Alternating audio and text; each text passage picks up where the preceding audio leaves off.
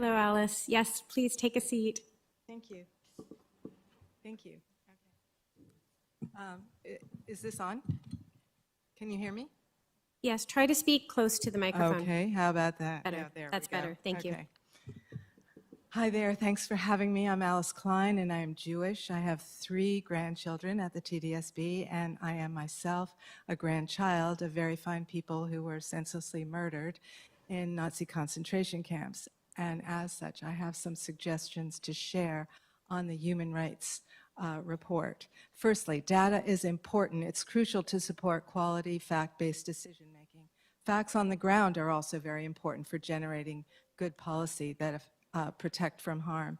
In the case of your data on anti-Semitism, which notes a doubling of anti-Semitic incidents, the information reported in the document before you is incomplete at best.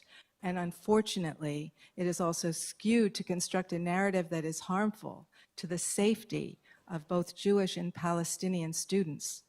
Decision makers must have more information about the actual nature of these anti-Semitic incidents.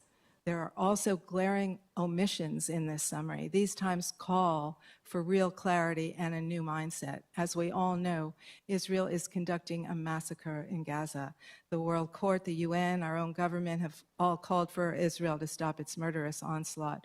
These are facts that affect all Palestinian, Arab, and Jewish families involved with the TDSB. Meanwhile, Palestinian families go without a mention in this report. Where are the anti-Palestinian attacks being gathered, recorded, and tallied by the board? Palestinian students have experienced harm from other students and staff inaction, and Palestinian parent delegations have been ignored. The undeniable facts on the ground must support a renewed look at your human rights policy approaches. It's time to make sure that the Palestinian, Arab, and Muslim staff and students get the care and support they need as they go through this hell that many are justifiably calling genocide. As a child of the Holocaust, I can do no less to honor my beloved ancestors than to call out this terrible injustice and the importance of doing all we can to support the diasporic communities that are so deeply wounded by these realities. But what of anti-Semitism and the safety of the Jewish students and staff? This is a subject very close to my heart. I have grandchildren in the TDSB, and I appreciate that you were all motivated with the best of intentions when you adopted the IHRA definition of anti-Semitism. Unfortunately, it has made us less safe as Jews. We are a diverse community with many different opinions about the state of Israel. In fact, we're famous for our diverse views. We joke to ourselves, 2 Jews, 3 opinions. Linking the entire Jewish people to a state run by a government currently committing unspeakable war crimes is doing our community immense harm, not only now, but into a future of more intergenerational trauma. Never again for anyone is a deeply held value of mine, and I hope yours as well. In the spirit of never again, I ask that you engage in the research required to ensure your definition of anti-Semitism is one that's based on analytical and thorough examination of what constitutes hate or discrimination towards Jewish people. Such a definition would not include criticism of the actions of a government. I just ask you, you're past your time, so thank you very much. Okay. I also asked you to consider the definition of anti-Palestinian racism published Thank you for your time. Okay, but don't go away because there may be questions. Let me just see if there's any questions of clarification from trustees. If anybody would ask, there's an important point missed. Trustee Williams, please go ahead. Thank you so much, Alice, for coming and deputing today. I'd like to hear like the rest of your thought. If you could share that with me. Thank you so much. I would be so pleased to do that. I'm really asking that you engage in the research required to ensure your definition of anti-Semitism, one based on analytical and thorough examination of what constitutes hate or discrimination towards Jewish people. Such a definition would not include criticism of the actions of the government that most of its own citizens do not support. Feelings of discomfort deserve empathy on all sides, but they do not constitute human rights violations. And I also ask that you consider the definition of anti-Palestinian racism published in May 2022 by the Arab Canadian Lawyers Association and start collecting information about the harms being suffered by Palestinian families. And this review must also define new actions that you will be taking to support them. Thank you so much for your kind attention and your question. Up next, we have Trustee Rajakulasingam. Please go ahead. Hi, Alice. I was going to ask the same question, if you can clarify what you're about to say when you asked about anti-Palestinian racism, but Trustee Rawlins beat me to it. Thank you for your delegation today. As someone that's reliving what happened 15 years ago during the Tamil genocide this week, hearing your comments really resonated with me. Thank you. Thank you. Okay, thank you very much, Alice. Thank you.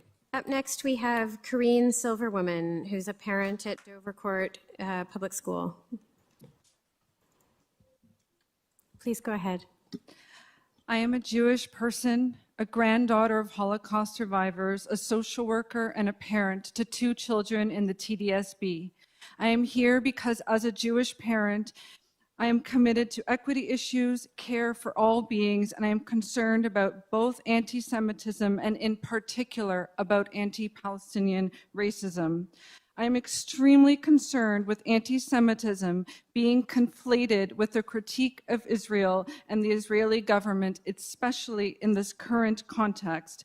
In fact, 48% of Jewish Canadians that were polled agreed that accusations of anti-Semitism are often used to silence legitimate criticism of the Israeli government.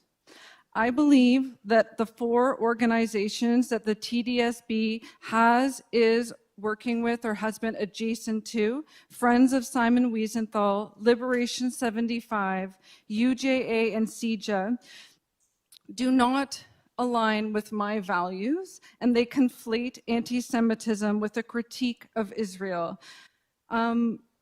The TDSB should be supporting anyone, especially Jewish and Palestinian students who are critical of Israel. I want my Jewish daughters to feel proud and safe to support Palestinian people and sovereignty. There is a concerted effort, especially with the above organizations that I listed above, to silence critique of Israel. These organizations present the Jewish community as monolithic and homogenous. To my knowledge, I have never seen any of these organizations speak publicly about anti-Palestinian racism, Palestinian sovereignty, and the incredible loss of life, especially Palestinian children. As a social worker, I'm concerned about the dehumanization and silencing of Palestinian people. As a parent and social work educator, I want future children of all ethnicities, backgrounds, and religions to learn to respect each other and honor each other's similarities and differences. I don't believe that these organizations do that. These are skills that will create a better world for the future for the TDSB, and the TDSB promotes critical thinking and equity, and this is why I'm here as a Jewish person. Thank you. Thank you. Trustees, do you have any questions? Trustee King, please. Through the chair, thank you, Karine, for coming in.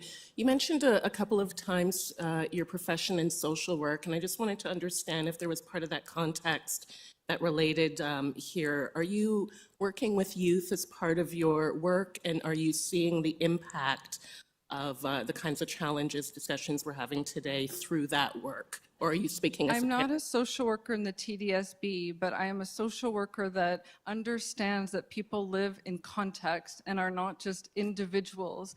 And as a social worker that understands that all oppression is connected, I'm going to allow my clients room to speak about anti-Semitism while also speak about racism, anti-Palestinian racism, homophobia. And I think that a lot of the clients that I've been seeing lately are talking about the polarizing nature of these conversations, the ways that their children are learning unconsciously and consciously more ways to dehumanize people, and that is the last thing that I think the TDSB wants to do.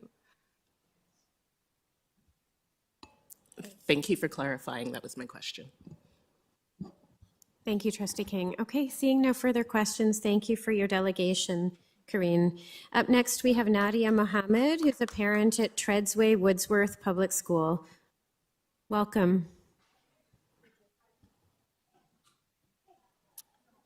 Can everyone hear me?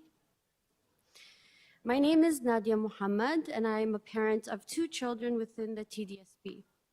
Before I begin, I'd like to acknowledge the significance of today, May 15th, as the commemoration of the Nakba. The events of 1948, including the forced expulsion of my grandparents from their village of Al-Ramla, continue to shape the lived experiences of Palestinians around the world, including those within our TDSB community. As a parent and a member of a racialized community, I have witnessed with profound disappointment the failure of the TDSB to uphold its stated commitment to fostering a respectful and inclusive environment, free from discrimination and harassment. Despite the board's purported dedication to addressing all forms of discrimination, including systemic injustices, Palestinians and Arabs within the TDSB community have felt excluded and discriminated against. Over the past 8 months, during a period of heightened violence and unrest in Palestine, my children and I have looked to the TDSB for support and solidarity. However, the board's silence in the face of the horrific killings and atrocities perpetrated against Palestinian civilians, where 14,000 children have been killed, over 14,000, and the entire educational system in Gaza has been destroyed, has been deafening. This silence not only erases the Palestinian identity and lived experiences of my children, but also contributes to an environment where anti-Palestinian racism and hate thrive, making our schools feel unsafe and unwelcoming for Palestinian students. Moreover, the double standard displayed by the TDSB in its response to conflicts around the world, particularly Russia's occupation of Ukraine and Israel's occupation of Palestine, have not gone unnoticed by our community. Such inconsistencies only serve to further dehumanize Palestinian students and perpetuate feelings of marginalization and alienation. It is not too late for the TDSB to rectify its shortcomings and demonstrate a genuine commitment to upholding the human rights of all its members, including Palestinian students. I urge the board to release a statement acknowledging the harm done to the Palestinian community and condemning the ongoing genocide and ethnic cleansing carried out by our colonizer. Furthermore, I ask the board to rehumanize Palestinian students in its communications with the TDSB community and take concrete actions to ensure their safety, dignity, and inclusion within our schools. I urge the board to add Nakba Day to the TDSB's Days of Significance and to include anti-Palestinian racism and Nakba and genocide denial in the TDSB curriculum and professional development trainings for all staff and teachers. I also ask the board to clearly write to its staff and teachers that they will not be punished should they decide to teach about Palestine. By taking these concrete actions, the TDSB can demonstrate its commitment to creating a learning environment that values diversity, equity, and inclusivity for all students, including Palestinian students. Nadia, you've reached your time, your overtime. Thank you very much. We'll just hold for questions from trustees. Trustee Didavides, please go ahead. You mentioned in your speech that you feel that different conflicts are being treated differently by the TDSB. Can you expand on that? What do you see as having done collectively for, say, the conflict in the Ukraine versus what is happening in Palestine? Yes, thank you for that question. So before the conflict in Ukraine, Palestinians or me, I always thought, oh, you know, the board maybe doesn't want to get into politics. So that's why I thought maybe that's why they don't want to talk about our experience as being colonized people. But then when Ukraine happened and we saw all the statements and the support, the Ukrainian, which is great, we want people to feel supported, especially if they're marginalized. There was even a fundraiser held by the board for Ukrainians, which is great. But then I thought, okay, so they do get into politics at certain points. And then after October 7th, we noticed that there was a clear bias and there was an erasure of our suffering as Palestinian people, and that made me feel unsafe to send my children to school. I was very worried about them. I emailed the principal and all their teachers, reminding them that we're human beings and they have lived experiences, and to keep that in mind if they wanted to talk about what's happening. And every day since then, I worry about my children, and every day when I pick them up, I ask them about their day, hoping that they didn't face any type of anti-Palestinian racism or erasure, so that they can continue to love who they are as Palestinians and be proud of who they are. Thank you for that. And as a follow-up, can you repeat for us, because you listed them kind of quickly. I know it's not a lot of time. We have a lot of people here, but can you repeat what you feel would be an appropriate response from the TDSB in order for us to make up for what you just described? First thing, I think as a board, they should acknowledge that Palestinian children in Gaza cannot go to school, which is their basic human right. And they should acknowledge that more than 14,000 children, including babies, were killed. That's the first thing that they can do. And that way I will know as a Palestinian that they acknowledge that I am suffering, watching a genocide take place live on my phone. Thank you. Trustee Patel, please go ahead. Good evening, everyone. Thank you, Nadia, for your delegation, and I appreciate you coming all the way from Scarborough for delegation. And I know it's a challenging times for all of us. You did mention that you don't feel safe. What do you mean by that? You don't feel safe, or your kids don't feel safe at school? What does that mean? I worry for my children. My 13-year-old daughter is a very proud Palestinian. She says, "Mama, I'm going to wear my kufiya to school every day until we're liberated." The first day she wore her kufiya, I wanted to tell her, "No, don't wear it." But we are proud Palestinians, and we've worked really hard for our children to be proud of their identity, to be proud Canadians and Palestinians. So I let her go.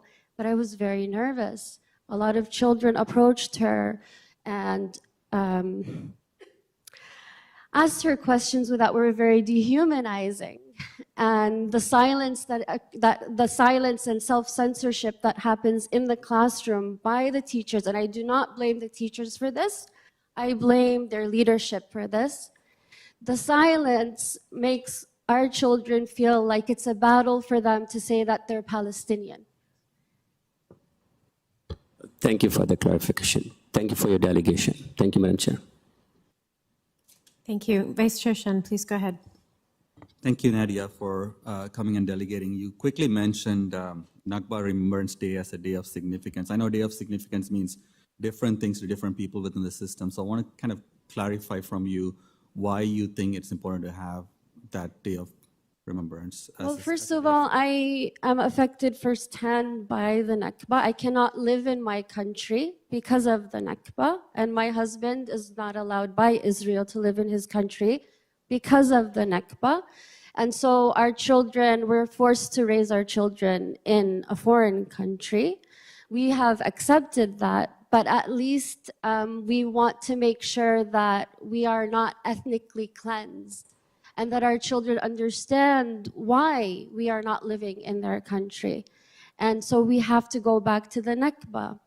And I think it's important because, for example, today my daughters decided to do a little presentation about the Nakba. But the school hasn't released any indication that they would be protected or supported by the teachers, and that comes from the board, because the board hasn't acknowledged Nakba Day.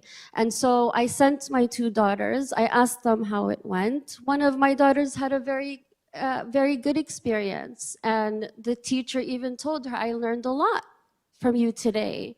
But my other daughter wasn't given the space she deserved to give her presentation that she worked hours on to present. And my assumption is that the teacher was too afraid to give her that space. Thank you very much. Seeing no further questions, I would thank you for your delegation. Thank you. Up next, we have Iman Annab from Forest Hill Junior and Senior Public School. Please welcome.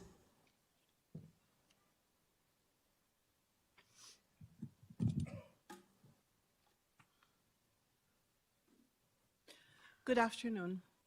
My name is Iman Annab, and I'm a parent of 2 children in the TDSB.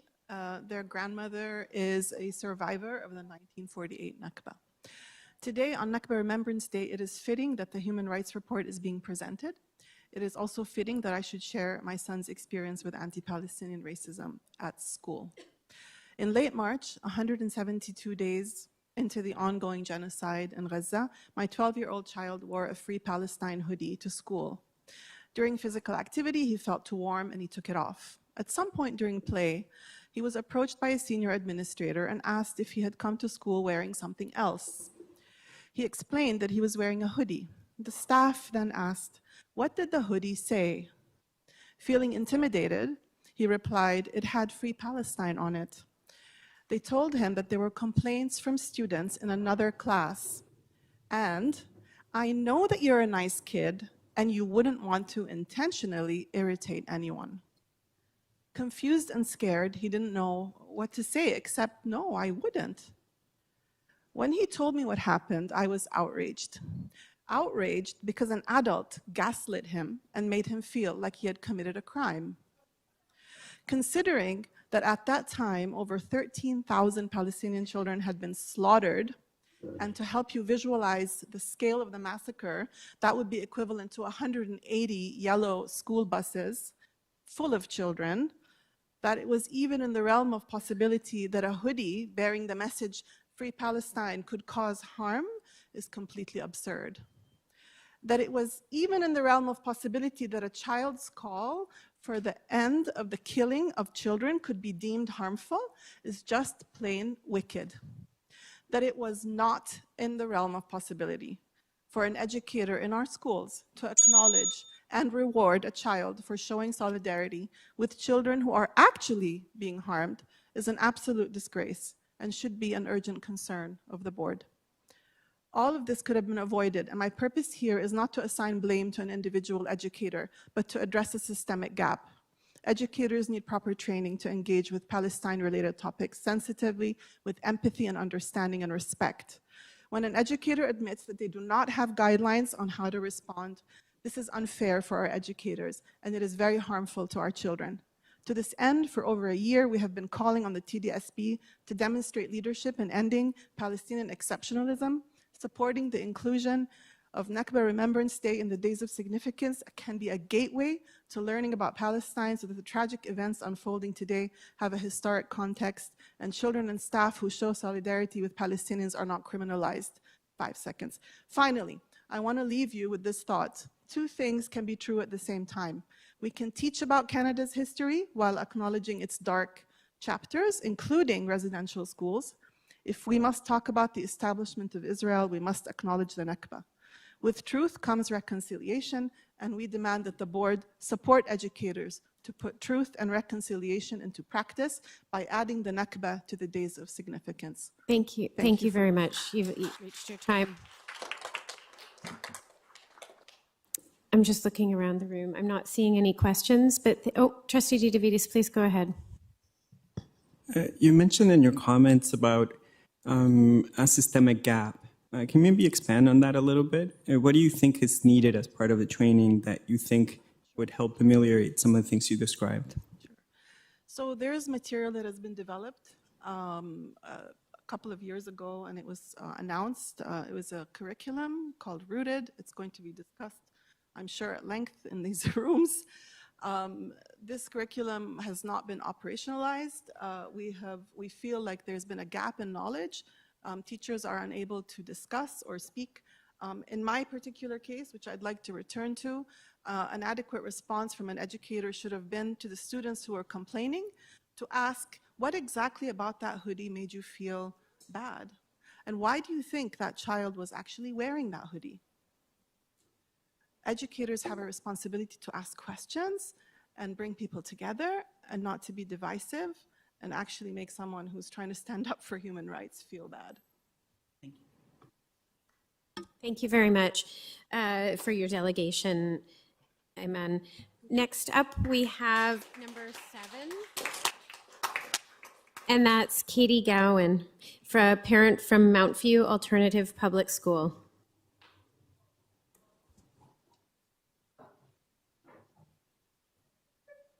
Welcome, Katie. Thank you. Okay.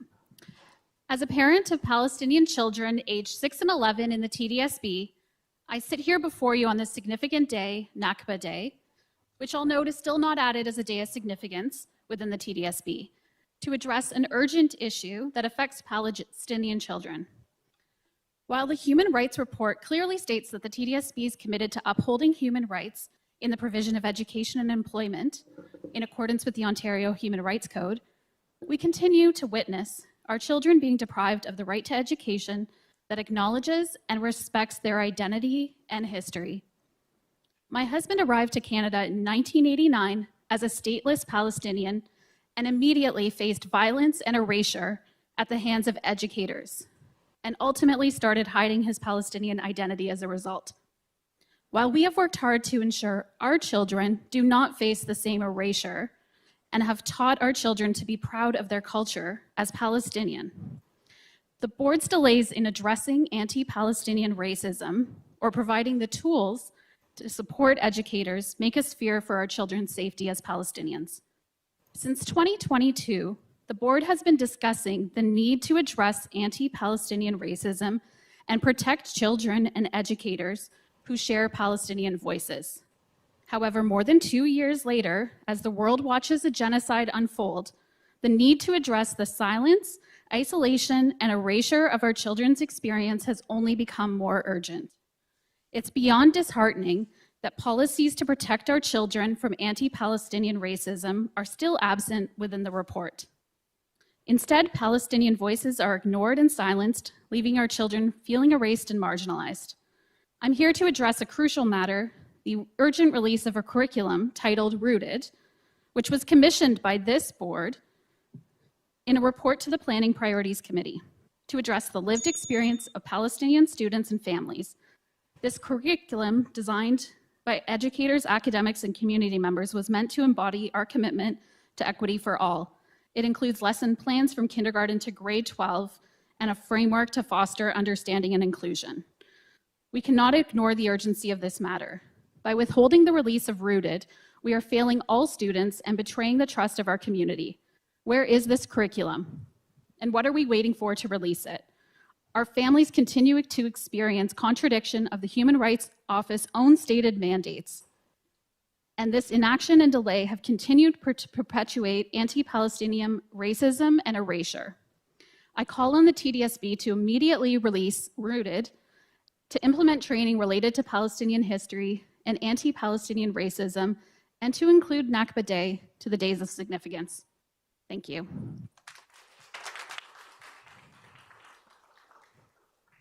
Thank you, Katie. I have Trustee Rajakulasingam followed by Vice Chair Shan. Please go ahead. Hi, Katie. You mentioned Rooted. Can you just clarify when it was supposed to come forward and what was shared with you? I missed that part. Sure. So it was released as part of the update on Toronto District School Board's anti-hate and anti-racism strategy. I believe it was in March of 2022. And it was slated to be released from June 2022 to May 2023. And just a follow up, and can you just clarify what this curriculum was centering? Yeah, absolutely. So it was designed in collaboration with NCCM and various Palestinian and Arab community organizations. The Equity and Anti-Racism and Anti-Oppression team was developing this curriculum for educators, and it would provide support and opportunities for transformation within the school and classrooms in a meaningful way. Thank you, Katie. That's it for me. Vice Chair Shan, please go ahead.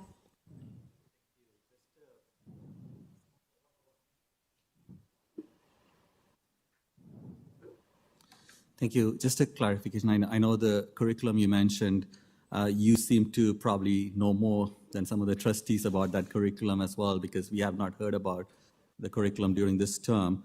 How are you so familiar? Were you involved in like the consultation, or how are you so familiar about what went on? Was there consultation done, or was there engagement done with the community to develop that at that point? I'm only familiar with the material that was found on the TDSB resources. So just in reviewing that from the professional learning menu. Thank you. No problem. Trustee King.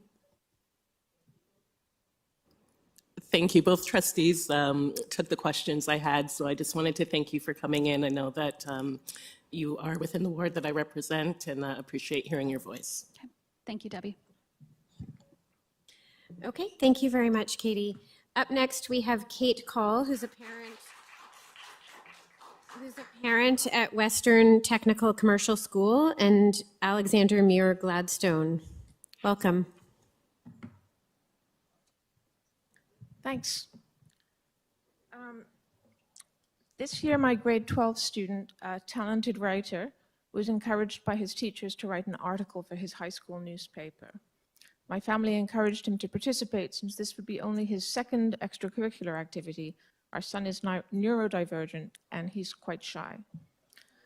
B chose to write about Palestine since that was his focused interest. Our family is not Jewish or Palestinian, and I was concerned that he didn't know enough to write an informed article about Palestine. I suggested he write something different, situating himself in his learning process, but predictably, B went with his own idea. If I need to be better informed, he told me, I'll inform myself, and he did. B's article is grounded in the dozens of sources he read, watched, and listened to, books, academic articles, documentaries, and podcasts. Its direct sources are peer-reviewed articles and UN reports. It was read by the student editors, and B made the changes they suggested. It was read by the faculty advisors for the newspaper, the principal, the TDSB superintendent, and the executive superintendent. But at a meeting attended by B, the principal, the faculty advisors, and the student editors, the teachers explained to him that they had consulted a TDSB human rights lawyer. The lawyer had told them that if they published the article, their jobs could be threatened, and that B would be exposed to potential harm, that the TDSB would not protect them. B's article was described as inflammatory and a polemic that might hurt some people's feelings. My son does not need to be personally protected from anti-Semitism, from anti-Palestinian racism, or from the resistance faced by anti-Zionist Jewish activists, but he needs to learn about all those things. He is baffled by the fact that he has been taught to recognize and critique the continuing impact of settler colonialism in Canada as set out in the Truth and Reconciliation Commission, but he is not allowed to apply that analysis to the history of Palestine. B was told that it would not be fair to publish his article without, quote, something from the other side. But if only an article that fairly and accurately represents all sides in the current conflict in Gaza without hurting anyone's feelings can be heard, even in a high school newspaper, how can we as a global community move forward? B is continuing to learn independently about the conflict in Gaza, but the safest place for him to learn should be his school. Staff and students need the support of the TDSB in teaching and talking about Palestine so that all of our staff and students can belong, achieve, and thrive. Thank you.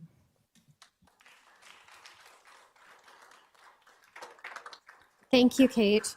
I'm just looking, oh, and we do have a question already from Trustee Rajakulasingam. Please go ahead. Oh, that may be from before. Trustee McLean, please go ahead. Thank you, and through the chair. The paper that your son wrote, was it factual in basis? Sorry, I'm having trouble hearing with the noise behind me. Yeah, we can't, because it's a public meeting, we can't. I know it's an open meeting. I have a hearing impairment. I'm just asking. No, I'm sorry, I'm just. I understand that there's.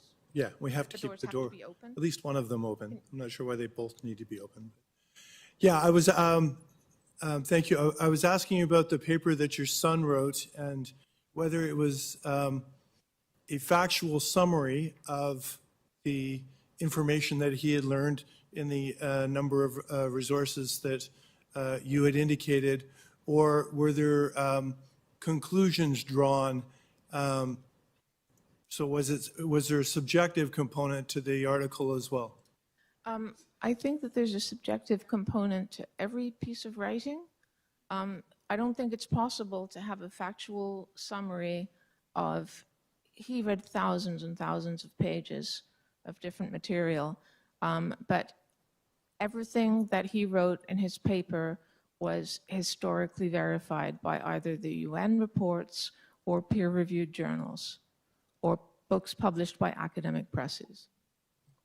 Okay, thank you very much. Yeah, but it did mention the Nakba. Thank you very much, Trustee McLean. Vice Chair Shan, please go ahead. Just a quick question. You mentioned high school. I don't know if I missed. What grade is your son in? Grade 12. Grade 12. Thank you. Trustee Hastings, please go ahead. Thank you, Madam Chair. I do have one question for you. Well, actually, it's more a request. My name's Dennis Hastings. I would like to see, and you've said you've got a factual report written by your son. I would like to have that delivered to the board. I'd love to see it.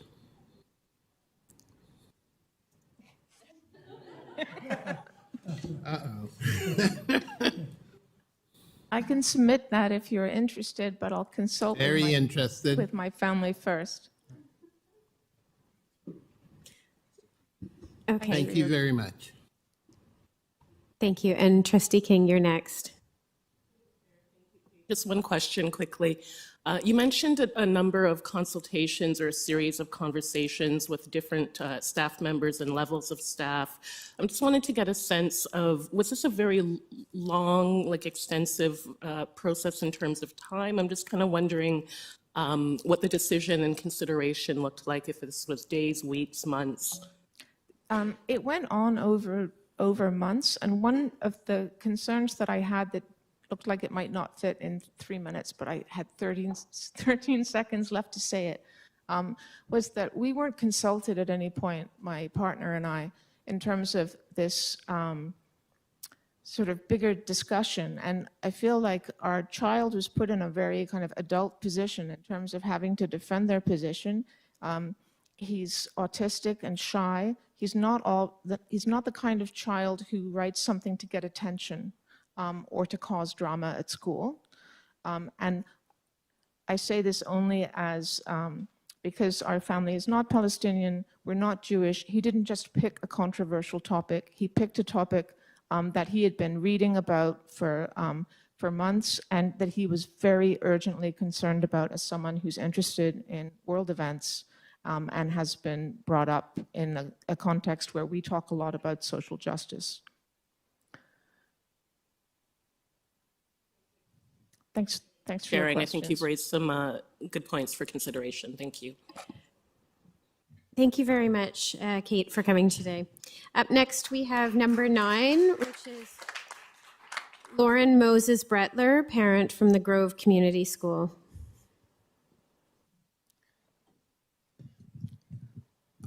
Hello to the Policies and Procedures Subcommittee. Thank you for allowing me here today. I come as a concerned Jewish parent and community member with 3 kids currently enrolled in the TDSB. At the Grove Community School, where my children attend, we've received pushback, roadblocks, and even had the police called on our children by a parent at our host school when trying to do any small actions of pro-Palestinian solidarity, education, or our own fundraising. That the reason we've been blocked from doing so is supposedly based on complaints that it is, quote, making Jewish students and families feel unsafe, speaks to the failure of the board to adequately address not just anti-Palestinian racism, but also anti-Semitism, which, when defined inaccurately to mean feelings of discomfort at pro-Palestinian solidarity, does a huge disservice to all and flies in the face of the promotion of human rights, which the school board purports to support.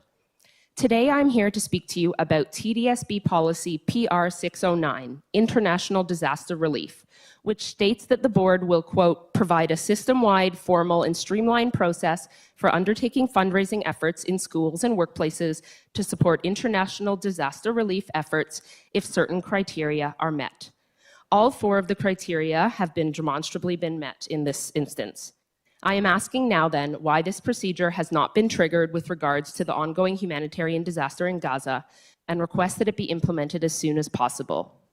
That this policy was immediately triggered with Russia's invasion of Ukraine, but has yet to be implemented in response to one of the worst genocides in history, a literal war on children, is a clear demonstration of a harmful double standard, reflecting the board's refusal to take action for Palestinian human rights at home and abroad. That board-wide fundraising efforts happen for Ukraine but not Gaza cannot be understood as anything other than systemic anti-Palestinian racism. At this time, the board's refusal to promote the human rights of Palestinians as well as non-Zionist Jews and all other allies of conscience has deeply impacted my family as Jews deeply critical of the state of Israel and committed to the liberation of Palestine. I was devastated to discover that the board chose not to implement an institutional procedure that could protect the human rights of my children, their friends, and our school community during a time of such trauma and polarization. If the board was living up to their obligations by simply enacting the disaster relief policy and rolling out curriculum to equip teachers and schools to address the current crisis, our students and families wouldn't feel so alone, and a safe learning environment for all students could be fostered. In conclusion, thank you for allowing me to speak this afternoon. That today is both the International Day of Families as well as Nakba Day is not lost on me. I encourage the board to do the right thing and implement policy PR 609 to support the human rights of all. Thank you.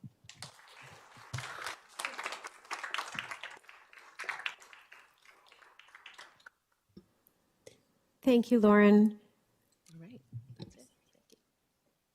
No, okay, thank you. No, oh, Trustee Williams, do you have a question? Hi. Thank you so much for your delegation, Lauren.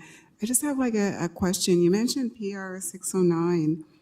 I was just wanted you to clarify, when did you become aware of that? Yeah, a couple months ago, I believe, from someone who found that policy and was like, wait a sec, I didn't get to the 4 criteria, but I might as well briefly mention them now, that are that the affected country declares a state of emergency and appeals for international aid. The Canadian federal government issues an official statement on the situation. The Canadian government asks Canadian citizens to donate for relief efforts, and the United Nations issues a statement and appeal for international aid. We can see very clearly all 4 of those criteria have undoubtedly been met, but this policy still hasn't been implemented. Okay, through the chair, thank you. Trustee Rajakulasingam, please go ahead. Thank you. Lauren, you mentioned that the police were called. Can you just provide details around what was happening and why the police were called? For sure, it's a bit of a long story. So very briefly, thankfully, they were not called on the moment, but they were actually called after the fact by a parent at our host school, AMG, who said that our children who had a little event after they had been stopped from learning more or talking about Palestine, they left and they had a little event on the school grounds where they waved a few flags, and that's when we were told, not only that, but a parent of ours was doxxed. This was shared in a very racist Facebook group, and to get more parents to call the police, because apparently we are making Jewish students feel unsafe. And then again, that is the issue, as many have alluded to, with conflating any criticism of the state of Israel or any pro-Palestinian solidarity with anti-Semitism. It's actually really anti-Semitic for my children and myself to be called bad Jews or anti-Semitic because we don't agree with a genocide. So nothing happened from the police being called, obviously, because they have no grounds for that, but just the fact that they were, and there was a call out shared online to do so, is pretty scary. Thank you, Lauren. Thanks.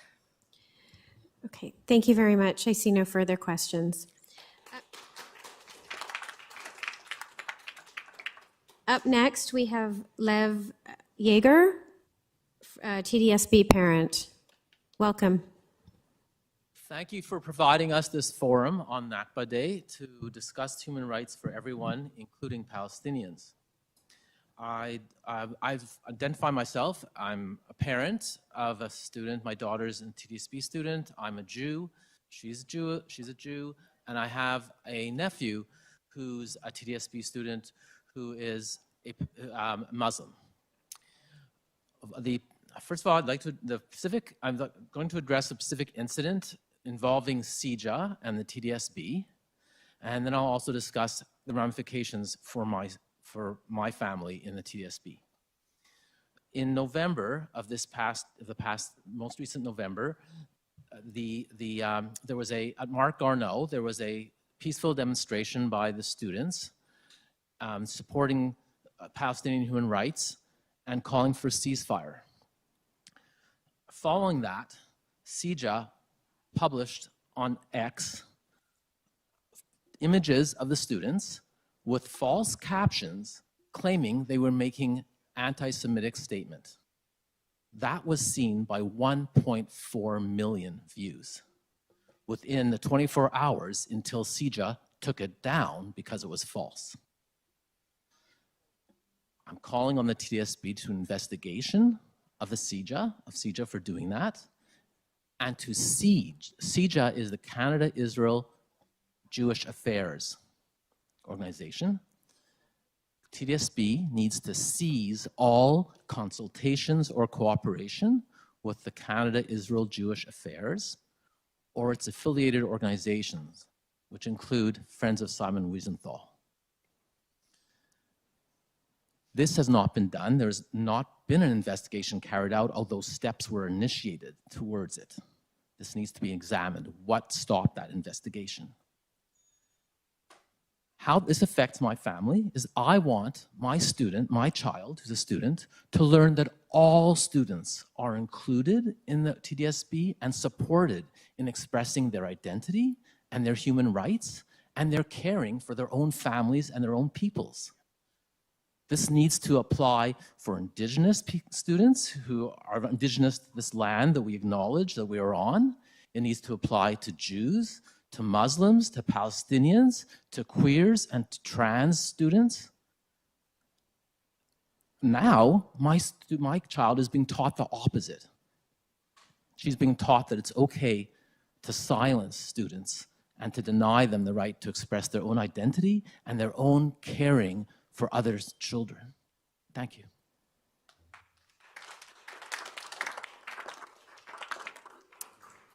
Thank you. Thank you. We have Trustee DeVitis with a question. I think I have a couple of questions. You mentioned an inadequate response from the school board when the incident happened. What would you have liked to have seen the school board do? I'd like the school board to make a statement that this was false attribution of anti-Semitism, and that CJA was maligning our students, and to withdraw from cooperating with CJA. Do you feel we did enough to protect our students? Pardon? Do you feel we did enough to protect our students? Not at all. I feel we failed the students. We failed to show them that they can go out in a peaceful way to support human rights and be protected by the TDSB from being maligned. What do you think would be some concrete steps that the school board could take now to do better? The school board, and this is something we've asked before, could turn to other organizations within the Jewish community, of which I'm a member of some, to consult with and work on these issues, instead of CJA and Friends of Simon Wiesenthal. Thank you.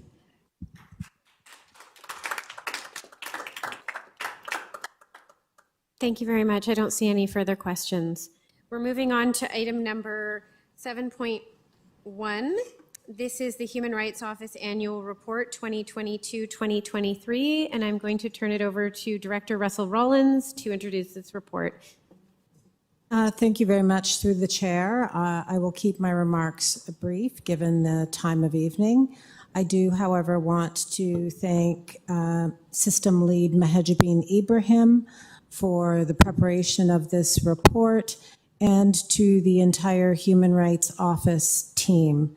The report that you see here before you this evening represents dedication and commitment to addressing some of the most sensitive and important aspects of the work we do in building trust and ensuring that staff and students are working in the most positive environments possible. So thank you very much to the Human Rights team for the work that's represented in this report.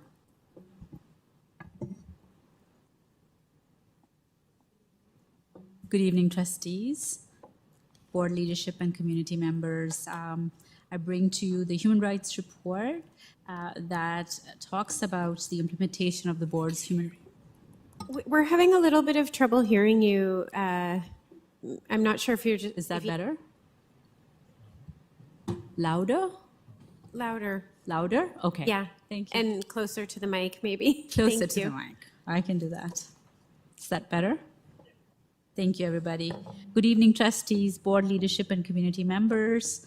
The human rights policy at the TDSB establishes a framework for upholding human rights in accordance with the Ontario Human Rights Code that protects the delivery of service, in our case, public education, and the employment at TDSB. With the set of human rights come responsibilities to uphold those rights, especially as we look at the students that we serve today.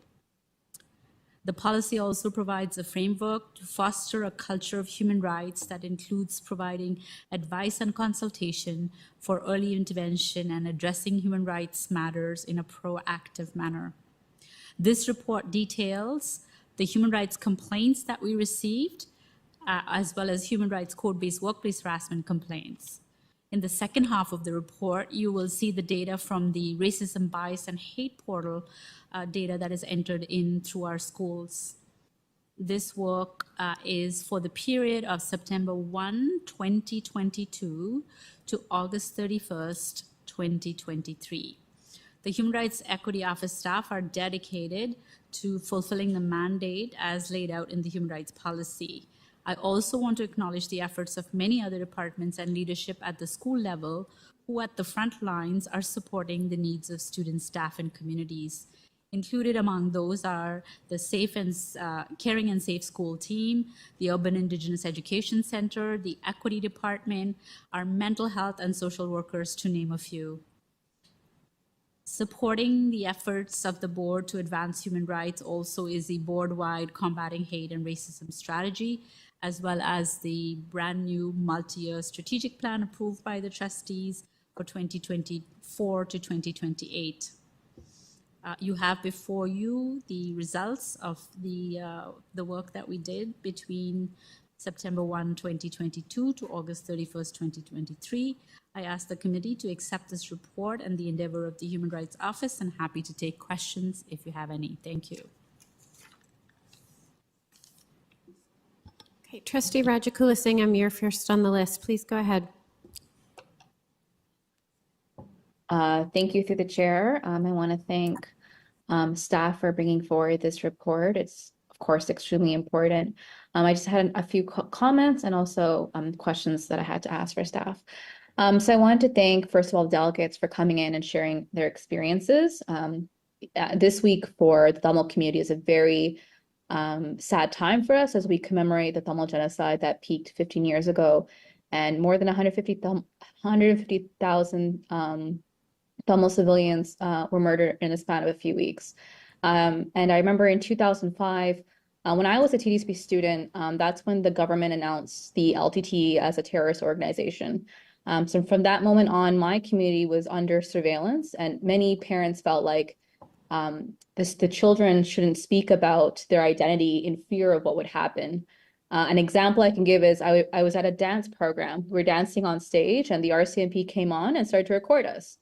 And at this time, our schools should have been a safe space, but I had TDSB teachers ask me questions that reinforced this idea that Tamils were terrorists. And, we just wanted to be understood and shown a little empathy. And it really has a profound impact on how we then perceive our identities, as well as what is our place in our communities. And I know this feels, and I know what it feels like to be under this constant surveillance, and I know what it feels like to be portrayed in a negative way. It was unacceptable then, and it's unacceptable now. And what makes me really sad was hearing some of the language that was used by the delegations. Systemic gap, lack of training for teachers, dehumanizing Palestinian students and their experiences, students feeling erasure, delaying tools to address anti-Palestinian racism and teachers who address anti-Palestinian racism. Strategies to address anti-Palestinian racism are absent. One of the delegates mentioned a better understanding of what is it to be considered anti-Semitic. And my student has been taught that it's okay to silence another. So I do think it's really concerning hearing some of what's happening in our schools.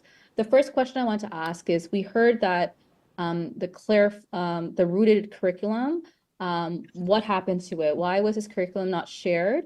And why has it not been implemented already? I know that we're going to be hearing in a few weeks about the combating hate and racism strategy, but given how much attention this item has sparked around anti-Palestinian racism, I'm wondering if staff can share any details around that. That's my first question.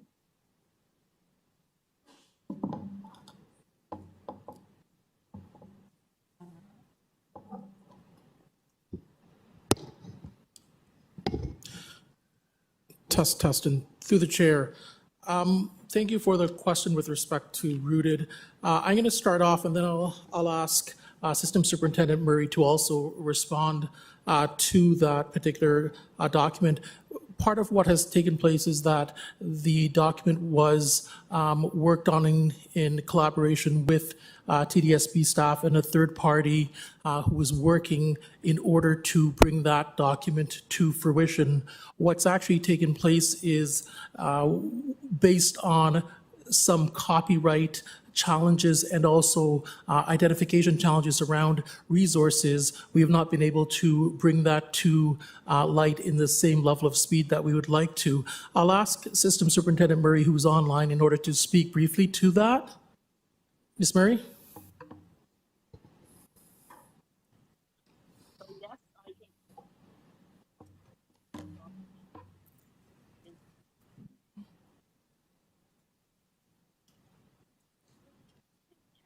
Definitely is in regards to some of the Sorry, Ms. Murray, we can't hear you, just a volume issue. How about now? Excellent, Can you hear there me? you are, thank you. Awesome. So good evening again. And as I was sharing, that I was confirming that yes, the document has been one that we have been working on. And one of the biggest issues that we have been finding is with getting copyright on some of the components. So when we engage in curriculum, one of the things that happens when it has links to videos or images to picture books, etc., we have to get copyright from those specific sources. And so that has been one of the challenges that we have been facing in regards to getting the document fully cleared to be able to be put forward. The other issue that happened is the fact that right now, one of the issues we are facing is that there's some pieces in it in which we have to review, and just being able to get to that point to get that cleared. But there is no ill intent why it's not out yet. And we did receive the feedback from the families this evening, and we continue to hear from the system the importance of the conversation. So I don't want anyone to think that is not something that we are specifically working on. Thank you, through the chair. My next question was, I know we're going to see the combating hate and racism strategy in a few weeks that also is where the anti-Palestinian racism strategy is embedded. But this is something that we've been working on for a long time, including consulting with our community partners. I'm wondering if staff would be able to share some details about what that strategy will potentially look like, just so that the public that came into Delegate today and also has been writing to us has an idea of what steps we're taking. Thank you, and through the chair. The strategy, we have been working with different community groups and partners with respect to the specific aspects of the strategy and with each group. Whether or not we're making reference to anti-Semitism, Islamophobia, anti-Asian racism, those groups are, or anti-Black racism, the groups have been meeting with community representatives in order to bring forward recommendations, working collaboratively with staff to bring recommendations forward in order to provide a roadmap on how we would want to be able to move forward in order to support communities in order to address and combat hate and racism within the system. Our first one, that the different committees are at different stages, based on the conversations and consultations that they've been engaging with community. And so depending on the stage that the various committees are in or are at, it will be dependent on when they will be able to bring forward the actual groupings to board in order to see some of the outstanding work that communities are doing. I'm going to ask once again Systems Superintendent Murray in order to make any further comments on that. Thank you. Again, I can confirm that we have many groups moving, and as Associate Director Salmon spoke about, they're at different stages. We're hoping to soon have a community group component ready to share with our trustees and with the system. But they're all moving and they're all staggered. And we have 6 threads that we're moving through, and we're happy to say that we have been able to engage in community and have community input, because these are community-led work plans. Thank you. And my last comment is, and question, is around the past few months, we keep hearing about the silencing that's happening. And we keep saying it shouldn't be happening at all. In our boardroom, we say it shouldn't be happening in our classrooms. And then today we're hearing that potentially teachers don't feel like they have enough resources and training to have these conversations. And I guess the bottom line is no student in our school should feel silenced, especially because of something around their identity. Can staff share details about how we're going to address the silencing of Palestinian youth? I find it something quite concerning and something we need to urgently address. Especially accountability. If a student feels that this is happening to them, what should they do? And how are they being informed about what processes are available to them? Because we keep saying it shouldn't be happening, but it is. So if staff can speak to that. Thanks, and through the chair, and I think this is certainly one of the challenging issues and certainly very complex. Part of what we're trying to do and working towards is working to support individual students in individual schools and individual classrooms. Part of what we've been able to do is provide opportunities around affinity type spaces for various groups, where even when we look at what took place today, part of what took place today at the Center of Excellence for Black Student Achievement was the Muslim Students Association came together with almost 350 students who were provided with an opportunity in order to speak about their lived experiences and engaged in workshops with staff. So much of what has been taking place with respect to MSAs, BSAs, GSAs within our system represents the student voice that is coming up in order to support each other on a day-to-day basis. We need to also, though, do more intensive support at the actual school level with our educators and with our administrators in order to move that agenda forward. But we've certainly made some indents with respect to the expansion of student voice within school communities. I'm going to ask System Superintendent Murray to continue with this conversation. Ms. Murray? Thank you so much. I'm going to also invite Carlo Cabrera, my centrally assigned principal, to this conversation, just in response to the fact that we've been very intentional in engaging in affinity spaces. I wanted to make sure that I acknowledge and honor the students from Winston Churchill Collegiate Institute, where we live at the center, the school, and also the administration and the staff that was part of the very first MSA conference, Muslim Student Association conference today.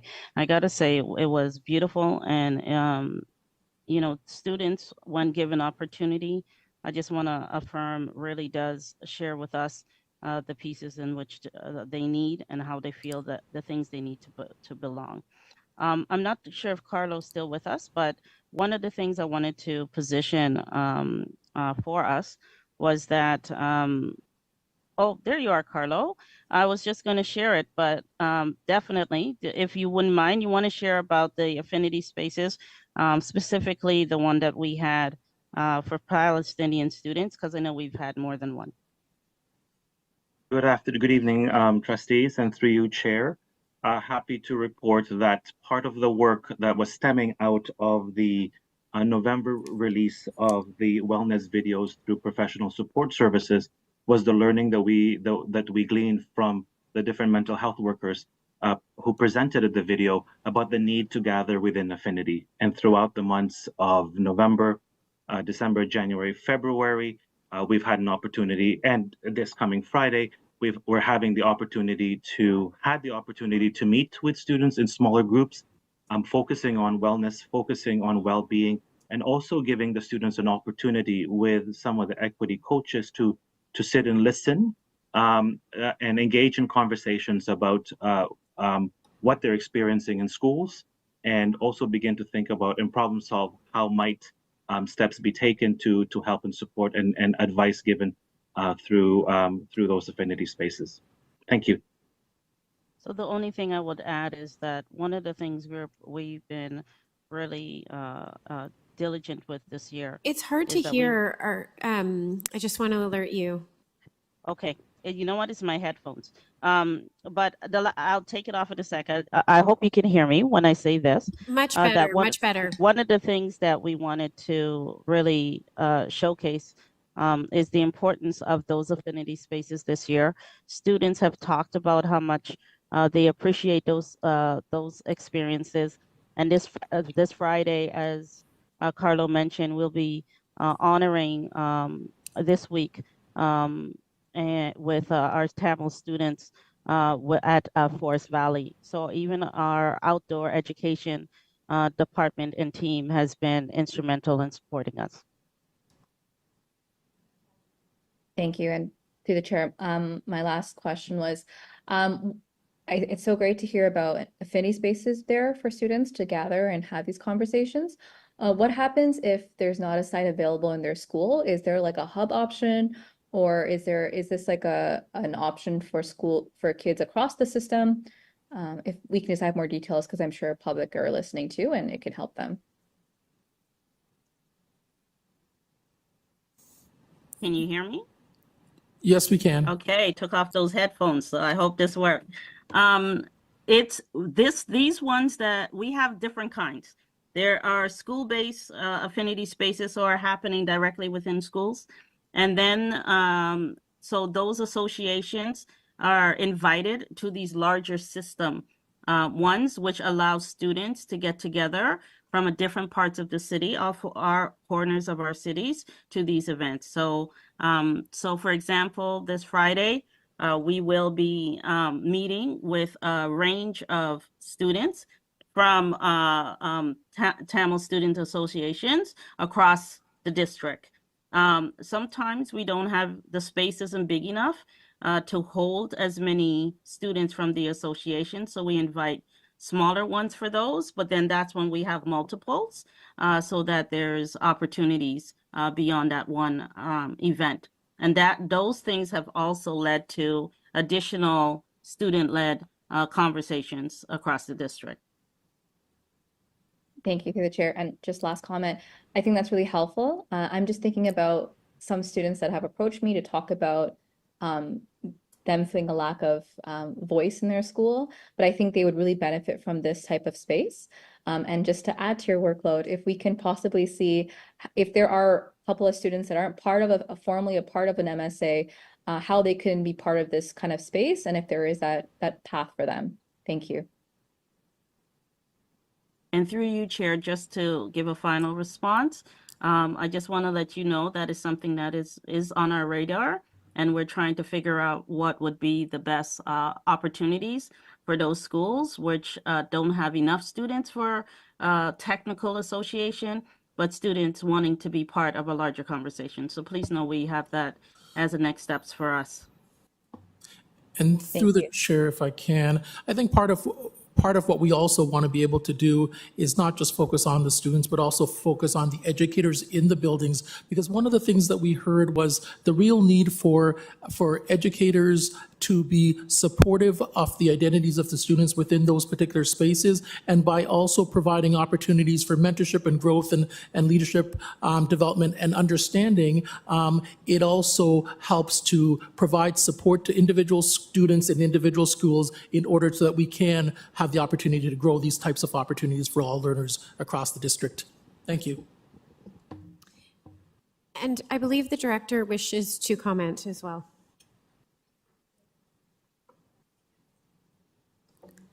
Thank you very much through the chair, and thank you very much to staff for their responses. I do want to say that we are listening attentively to the experiences described by the delegates this evening. We have a primary job, and that is to educate our students and to ensure that we are taking care of their well-being, of all of our students, and meeting the needs of a diverse student body, and to do so in a manner that supports their belonging, their safety, and their achievement. I know it is not lost on anyone in this room or online that we are also attempting to show our duty of care and well-being to all of our students in the middle of a complex and tragic geopolitical situation. No institution has this figured out. From what we've heard this evening, and from what routinely comes into our email, we know that we need to continue to learn, to work with our students and our staff and our community members. We cannot do this alone, despite the efforts of the staff who have spoken and answered your questions this evening. The vast majority of our staff teach and care without political ideologies and ideologies that are polarizing.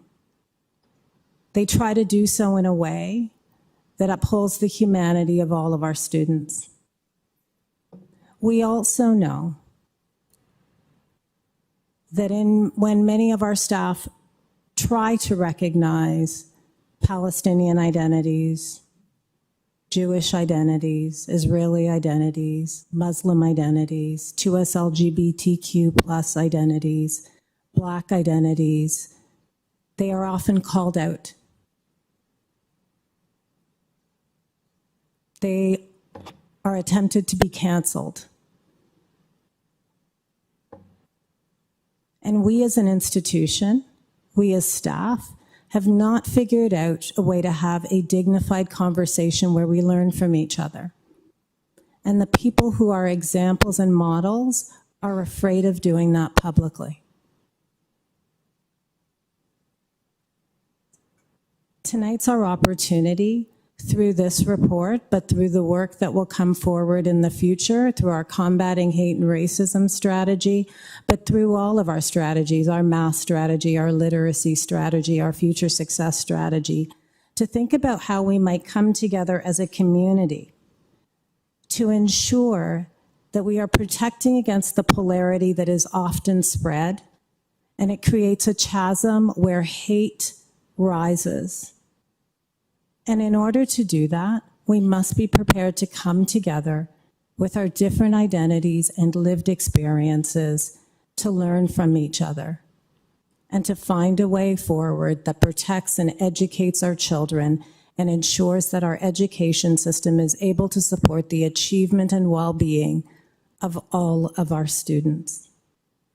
That is not something that we as staff are going to be able to achieve alone.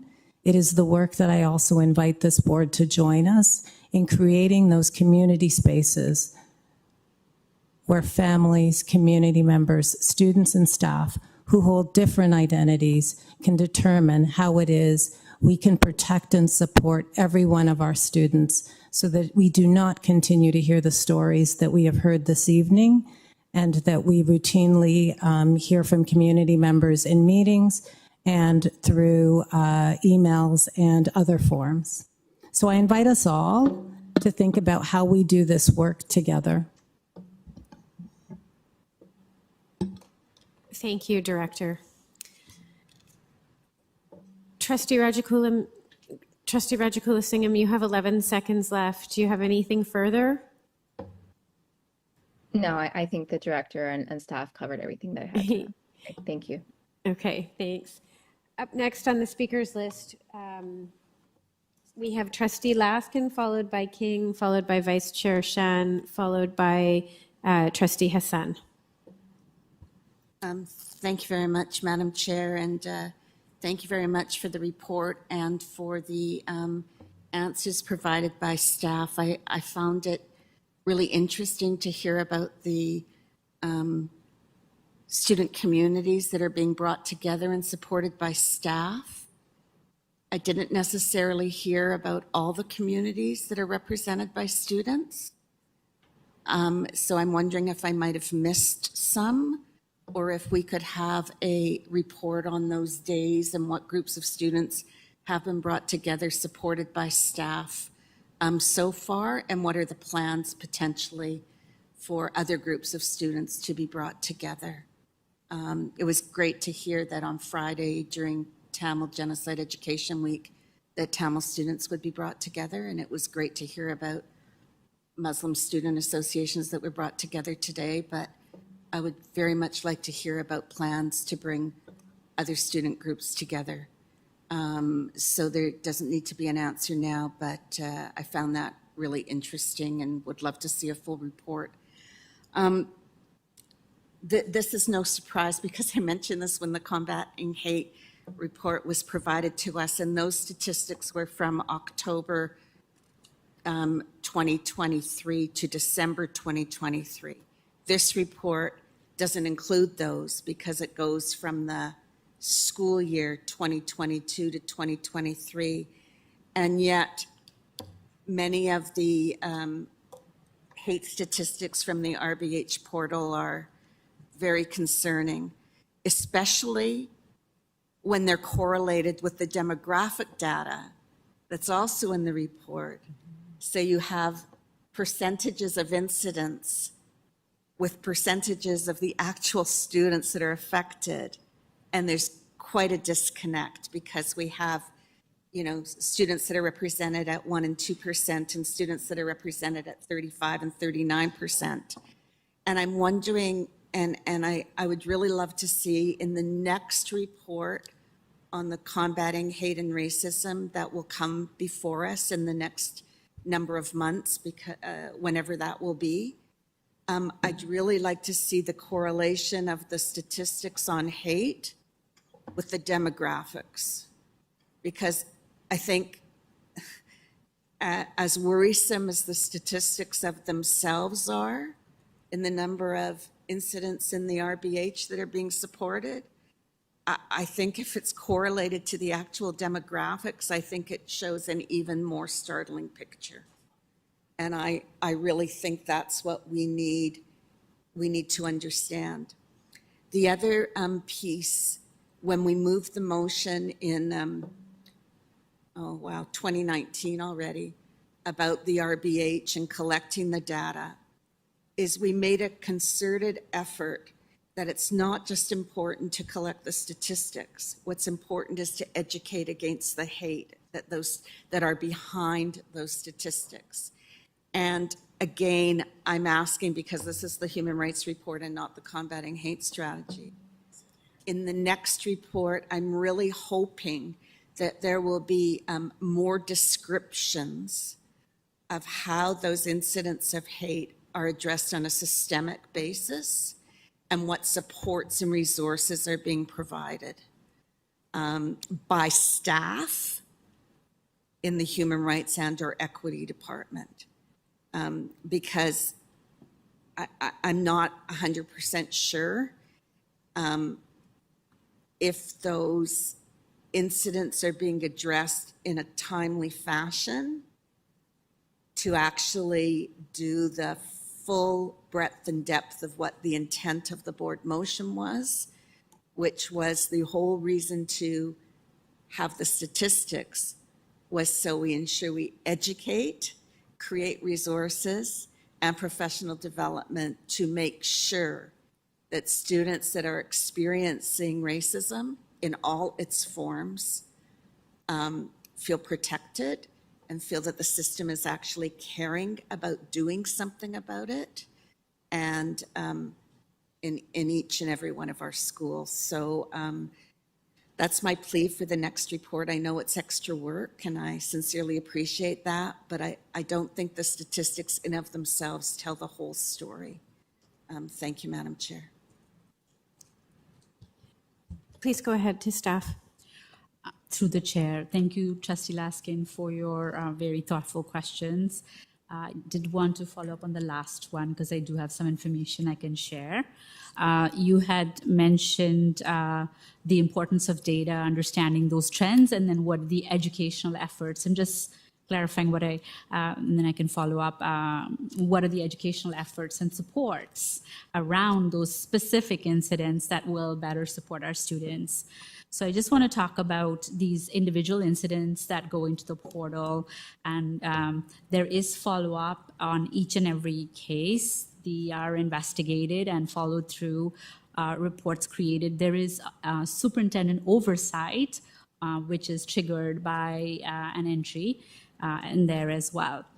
In addition, the school principals, vice principals are offered additional support through the Human Rights Office, Safe and Caring, Equity, and other teams coming together in what we call and you'll know this well, Trustee Laskin, is the organizational response team approach, where we come together and we look at the individual and systemic elements and think about what kind of action planning can be done, undertaken to address not only that single incident in that case, but also what are the systemic, climate, and other pieces that need to be addressed in a more ongoing way. Is there any monitoring necessary, and so on? So while the individual follow-up is continuously happening, there's also a look through working with the organizational response team to make sure that there are appropriate both individual and systemic responses. That's one part of the work. The other part is we regularly, through the Human Rights Equity Office, share with senior leadership the RBH trends and data that we're seeing. As you said, very worrisome trends that we're noticing in there. We see a high proportion of anti-Semitism there, a high proportion of anti-Black racism, and even sometimes when the numbers are smaller for small communities, that's pretty significant. So we do share that trend data.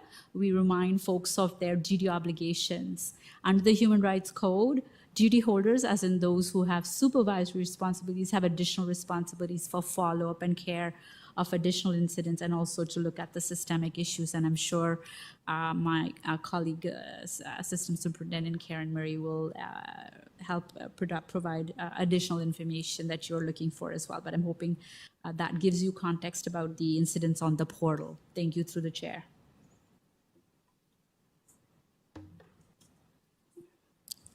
I think I could answer some of the answers. So yes, in regards to the type of affinity spaces that we provide across the district, has been touching on many of our identity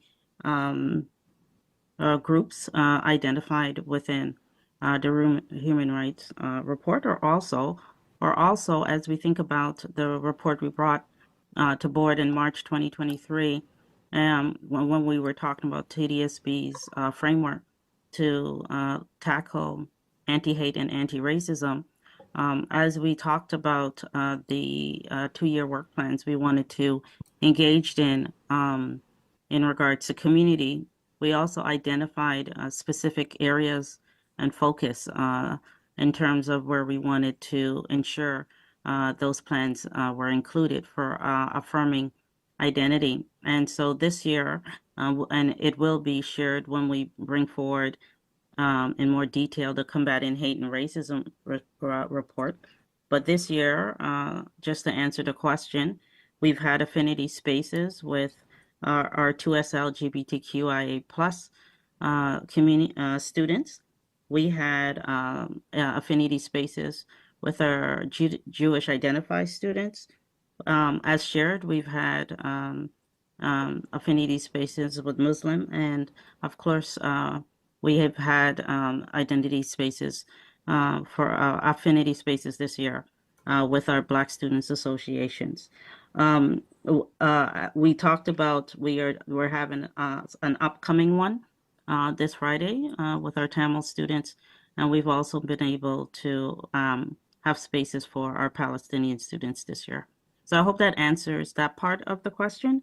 And then the last piece I'll answer is around our responsiveness. So one of the things that we do is the equity department does have a referral process. And in this referral process, this is when schools contact us when they are in need. Sometimes what is needed in terms of support may not be specifically our department, and we would align the appropriate department to support. But know that in many of the situations, when signaled to us or when directed to us about issues happening in schools, through our referrals, we do respond. I hope that helps, Trustee Laskin. Back to you, Chair. Okay, thank you. Up next, we have Trustee King. Thank you, through you, Chair. Thank you to staff, of course, for the report. I do have a couple of questions and comments that are based off of what I read in the report, but I also just want to acknowledge there were so many comments shared during the delegations for our consideration. I have a full page of notes that I'm taking away to think about, but I also just want to thank the colleagues who are responding to some of what we heard on the floor tonight. Just a couple of quick questions. Looking at the table 14, which talks about where incidents occurred, I just wanted to understand where gyms, sport fields, pools, and change rooms, where would they be included? How were they categorized? Thank you, and through the chair.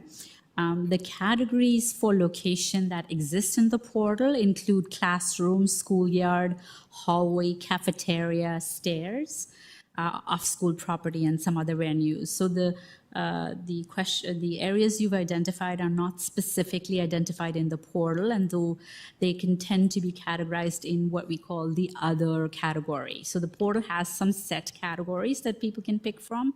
So if they wouldn't find, for example, gym or a pool or a change room, then they'll choose likely other as the option there. And you can see there's about 15% of the proportion of the incidents are occurring in what they call the other category. I hope that helps, through the chair. Thank you. Thank you. And just to follow up to that, through the chair, are there any other distinct school spaces that I haven't already named that would also fall under other? I think, through the chair, that perhaps the online, I know we have virtual classroom, but that's often in a formal classroom setting, might be picked up, but we don't have enough data to know, but definitely there is some element of cyberbullying as well. And so we might see some of that. The other place that is not easy to represent in this table is when an incident evolves. So for example, it begins in the schoolyard, the conversation, quote unquote, or the slurs continue in the hallway and then into the classroom. And so generally that's at the school level that they will select what they think is the most appropriate location. Thank you, through the chair. Thank you, through the chair. And then a separate question. Are you able to let us know of the incidents that were reported that were involving homophobia and gender identity or gender expression? Can you tell us how many of those occurred in June 2023 when Pride Month is recognized? Thank you, and through the chair. While we did not have a chance for a deep analysis at this point, we did take a quick look as best as we could to get what we noticed as the months leading up to June, as well as June itself, which we know is Pride Month. The number of incidents was about the same. So the months leading up to June, same amount of incidents in June. So no marked difference at all, sort of same level of incidents. Another area of concern, because we do see homophobia, biphobia, transphobia in our school system, and we are quite concerned about that as well. So thank you for your question through the chair. Thank you, through the chair, those are helpful.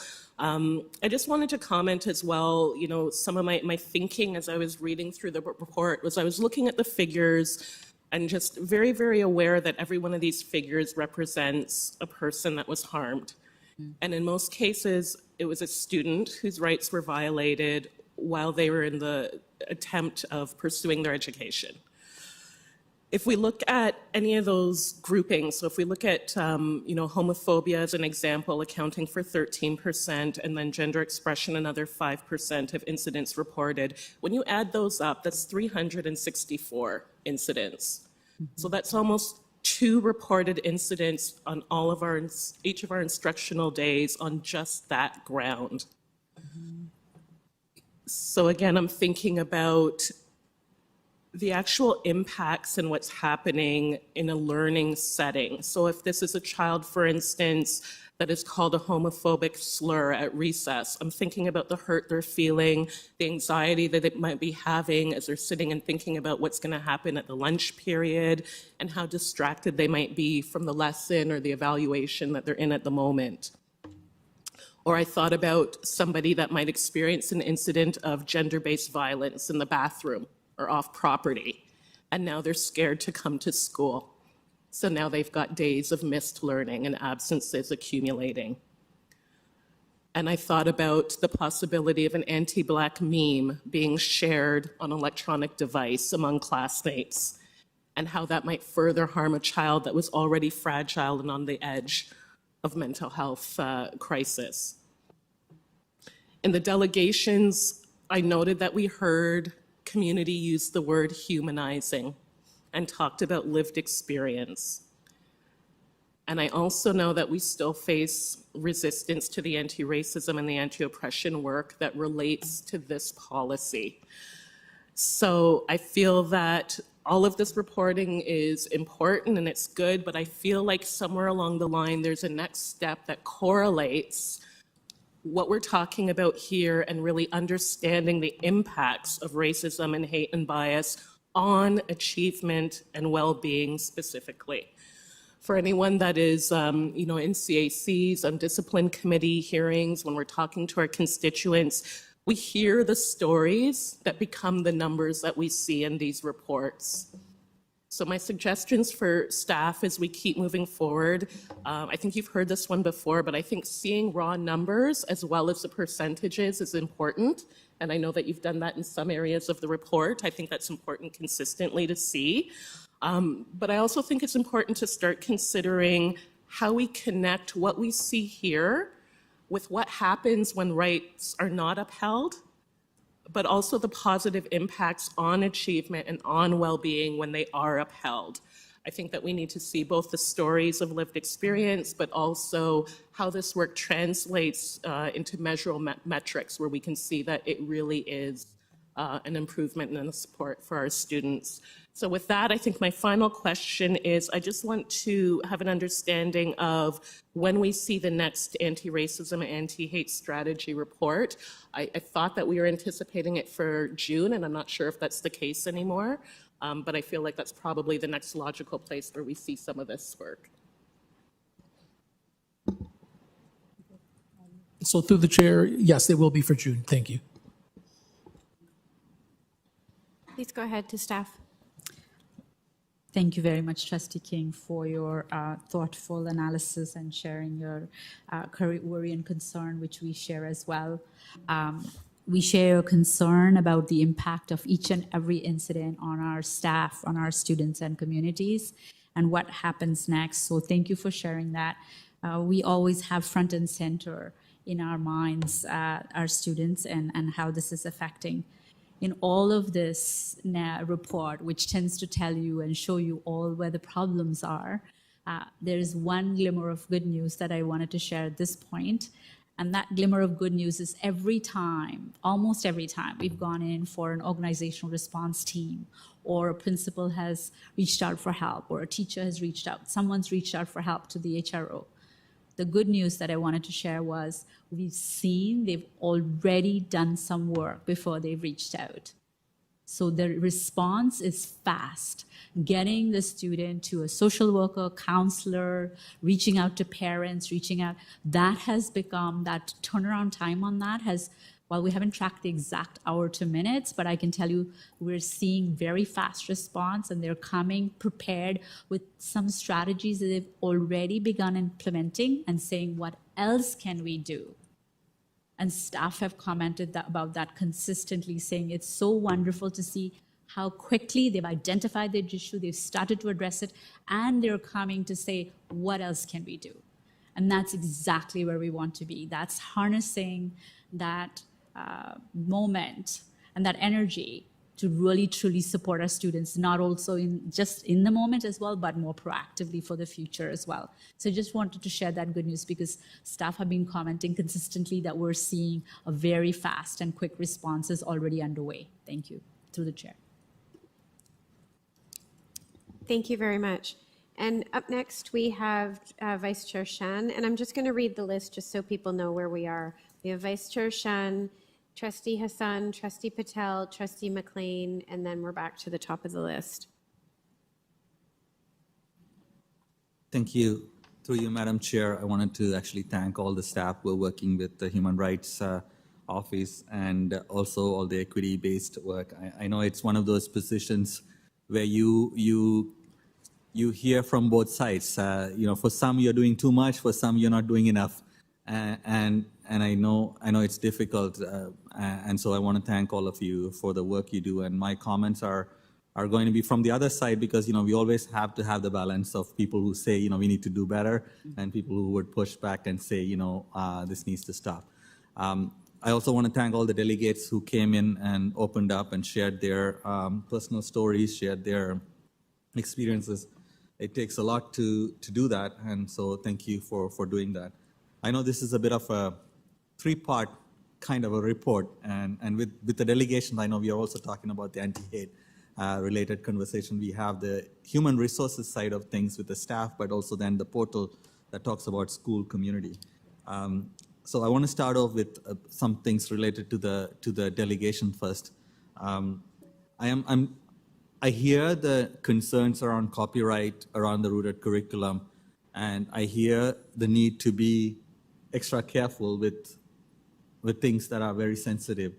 But I do feel if this resource is not available at this time, and it was created a couple of years back, or started to be created a couple of years back, and it's been waiting for a number of months, or if not more than a year, it concerns me that even if it means half of it or part of it or whatever is usable of it needs to get to the community to show that there is some output, because community was consulted, there was a secondment of a staff to do this work from National Council of Canadian Muslims, if I remember correctly.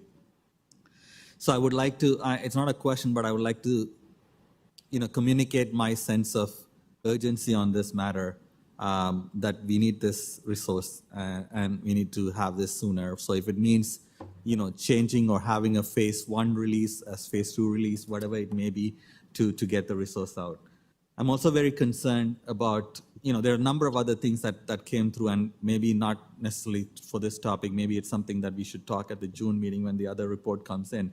But I'm concerned about the fundraising related question that was asked. So I would like to clarify from staff what happened with that process in terms of not initiating the possibility of a fundraising, because we despite of what you feel about what's happening, human casualties and children's casualties have been confirmed by multiple levels of government and multiple international bodies. So people wanting to have humanitarian aid and having that support through schools should be supported. So I'm just curious as to why that didn't go through and what the process is right now.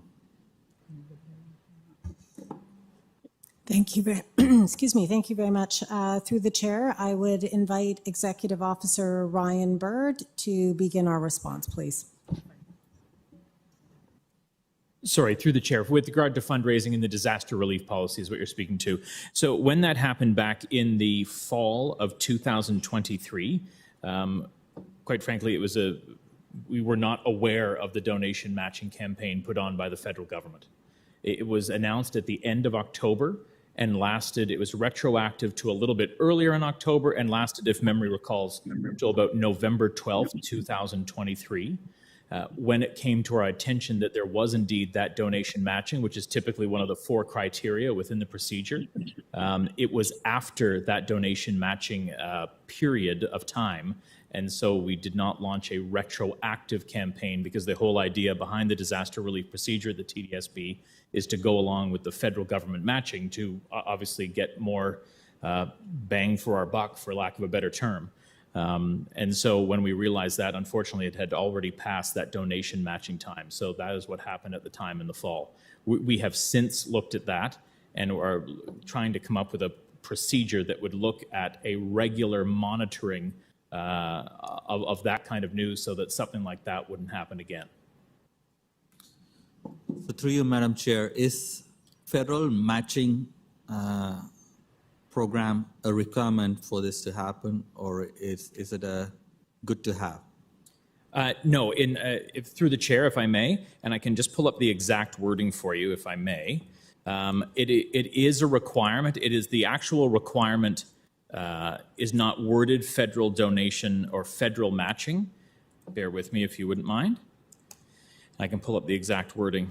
But yes, it is one of the 4 criteria set out in our disaster relief procedure that would be required for us to launch a system-wide campaign. I should point out that individual schools throughout the year, regardless of that procedure, can do fundraising themselves for a variety of different causes and different charities. And we do know that they did do that in the fall, particularly, and continue to do so and are continue able to. But it did not result in a system-wide initiative. I do have it here. Bear with me.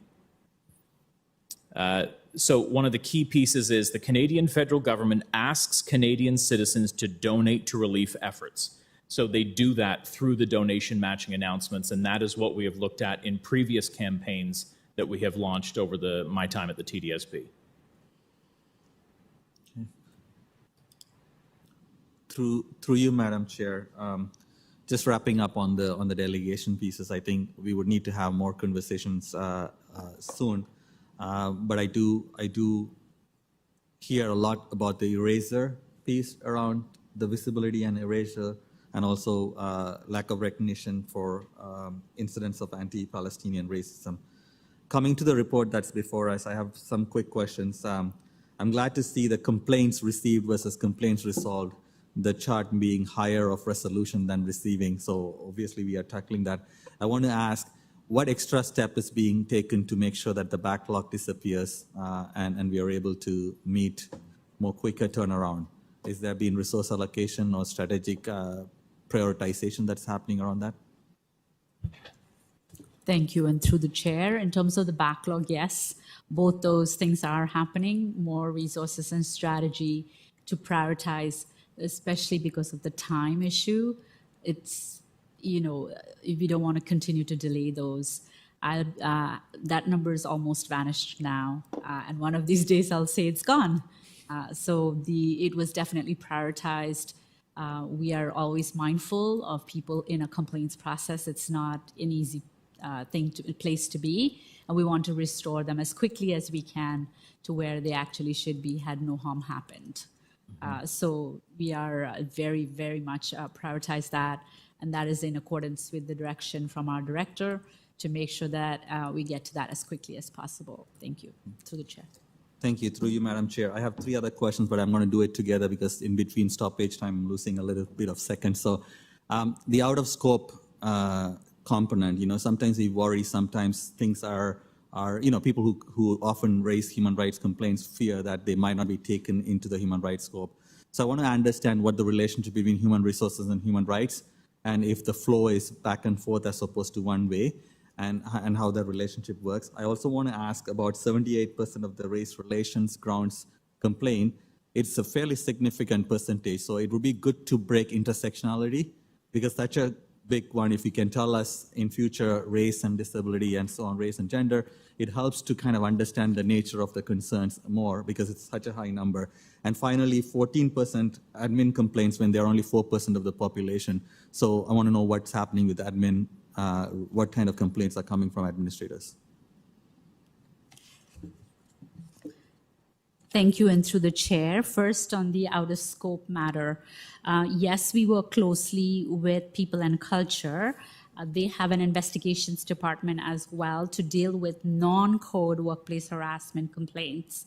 So employee non-code workplace harassment complaints would get referred to the investigations department in people and culture. In terms of information, there really is very good handoff happening between the 2 departments.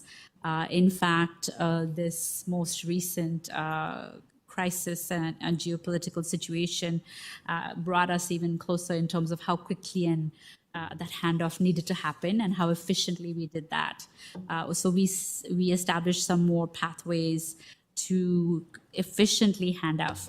So out of scope simply means that it does not meet the threshold analysis to be considered a human rights complaint. So it could simply be a non-code workplace harassment, so it would be handed off or referred to any other appropriate process as necessary. And we do understand that in a large system, handoff is critical. And so we are very careful about making sure that that referral and handoff is properly done, whether it is to the parent concern protocol or to the non-code workplace harassment. So that's one part of your question. You have correctly identified, and through the chair, that 78% race-based complaints is very significant. If you bear with me for a second, I did bring some intersecting data on that because you have correctly identified. If you look at that table 4 and add up all those numbers, they are well over 100%. It's because there are intersecting grounds. I will pull that in 1 second, table 4. Yes. So in the a closer look at those race-based, some of those are race as well as sex. Some are race and disability. Some are race and sexual orientation, race and age. So there is intersectional issues coming up there. We are recording and reporting in line with how the Ontario Human Rights Tribunal reports these areas. But I was anticipating a question of this kind, given it came up last time as well. So we have that data for you. I hope that helps through the chair. Did you have... 14% admin was your last question. And that comes out of table 5, I think. Yes. So in 5, you're asking about the school administrators. The complaints have gone up in 2022, 2023 to 14%. School administration is a small part of our population, relative size. And to see that number, it is a significant increase. We are seeing similar increase sector-wide in education, where sometimes the pent-up worry, concern, and upset about all the issues in the world can be often offloaded, if you will, sometimes, or affecting conversations with administrators who are on the front line working with parents and communities. So we are seeing an increase in complaints from administrators who are sometimes experiencing specific conduct issues. Toward that end, colleagues in People and Culture have worked on more detailed policy on respect in the workplace and how we communicate, especially when we are worried, stressed, upset, tense, and angry. So yes, we have noted that change. It is similar to what other folks are observing, and we are monitoring closely and on a case-by-case basis understand what we can do to better support administrators who need to support our students. Thank you for the questions through the chair. Thank you. And next we have Trustee Hassan. Please go ahead. Good evening, everyone. Through you, Chair, I just wanted to know when we can expect the report on the Islamophobia strategy.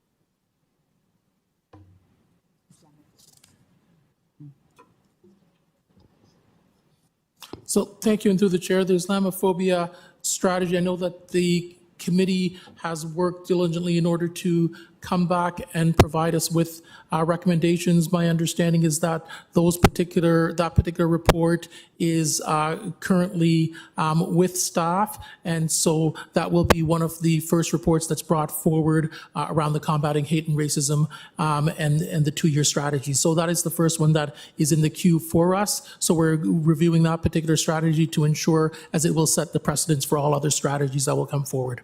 Thank you. So I believe that it was actually due in March of this year. And I just want to know why it hasn't been delivered. And is it because you guys consider it not a priority, or are there other reasons? Could you clarify further, please? Sorry, if you could repeat the question again, that would be greatly appreciated through the chair.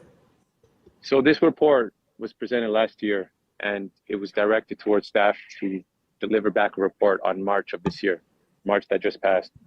We're now almost in June and we haven't received it yet. So I want further clarification on the delay. What's the reason why it's taking this long to come up with this report?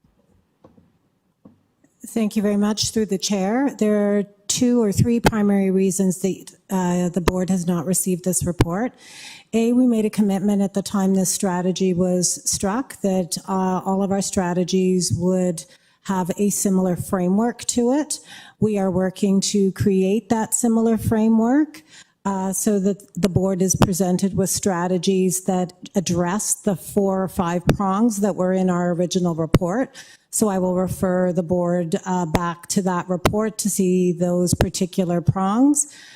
Secondly, as I'm sure you can appreciate based on the delegations today, as well as some of the other challenges and requests that have come forward to our equity team this year. The team has been trying to do work to be responsive to school needs with respect to the issues with which they are grappling that are represented within this report. And so that is where some of our time has gone. And then lastly, we have also had some significant staff absences that have slowed all of our work.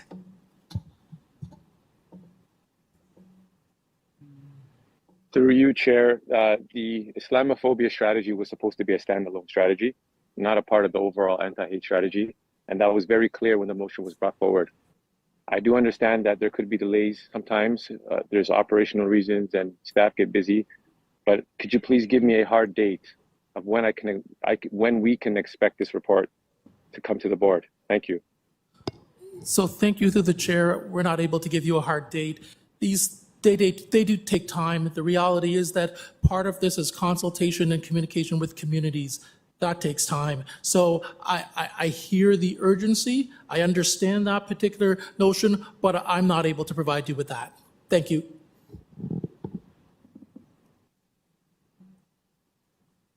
So, okay, thank you. Through the chair, from what I understand, we have no idea when this report will be coming then. Is that correct? So through the chair, I hear the urgency. Staff has been engaging in working through all 7 of the expected 2-year programs that were outlined in the Combating Hate and Racism strategy. We certainly understand that the Islamophobia strategy was also one that was outlined to be on its own.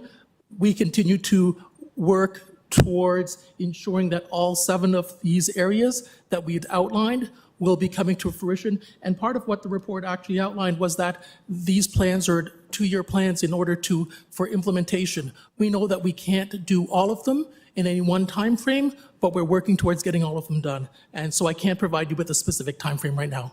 Thank you. Thank you. Through the chair. My other question is about school safety. I was expecting some sort of report on that to come in the annual report tonight, but unfortunately I didn't see anything. So similar to my Islamophobia question, when can we expect that, as many members and community of York Southwestern have been requesting information on what the TDSB has been doing to combat violence in the community and in our schools. So I'd love to hear further clarification on when we can expect that report. Thank you. Trustee Hassan, I would suggest that this is more a question to send over email to staff. It's not, it doesn't pertain to this report that's before us tonight. And also the other place you can always look is the pill, which I link in Trustees Weekly every week, which gives an outline of all the different reports and when they're expected. Yeah, I didn't see anything in that about school safety, and this is actually related to human rights. That's why I'm Joseph bringing it Dowers forward is tonight. looking at the pill, and she says right now it looks as it's showing for June 11th. Okay, thank you. Do you have any further questions? No, I don't. Thank you. Okay, thank you. So we're going to move on. Trustee Patel, you're next. Madam Chair. Thank you, staff, for this report. And my questions are mostly questions of clarifications. So if I'm not wrong, the total incident reported are 2,028, am I correct? And I see that still we have 61% Black kids. And I also see an increase of 5%. And looking at the historical data and the investment and the help we provide, why these numbers are not going down? Is there any specific reason that these numbers are not going down? It's increasing, and this is concerning.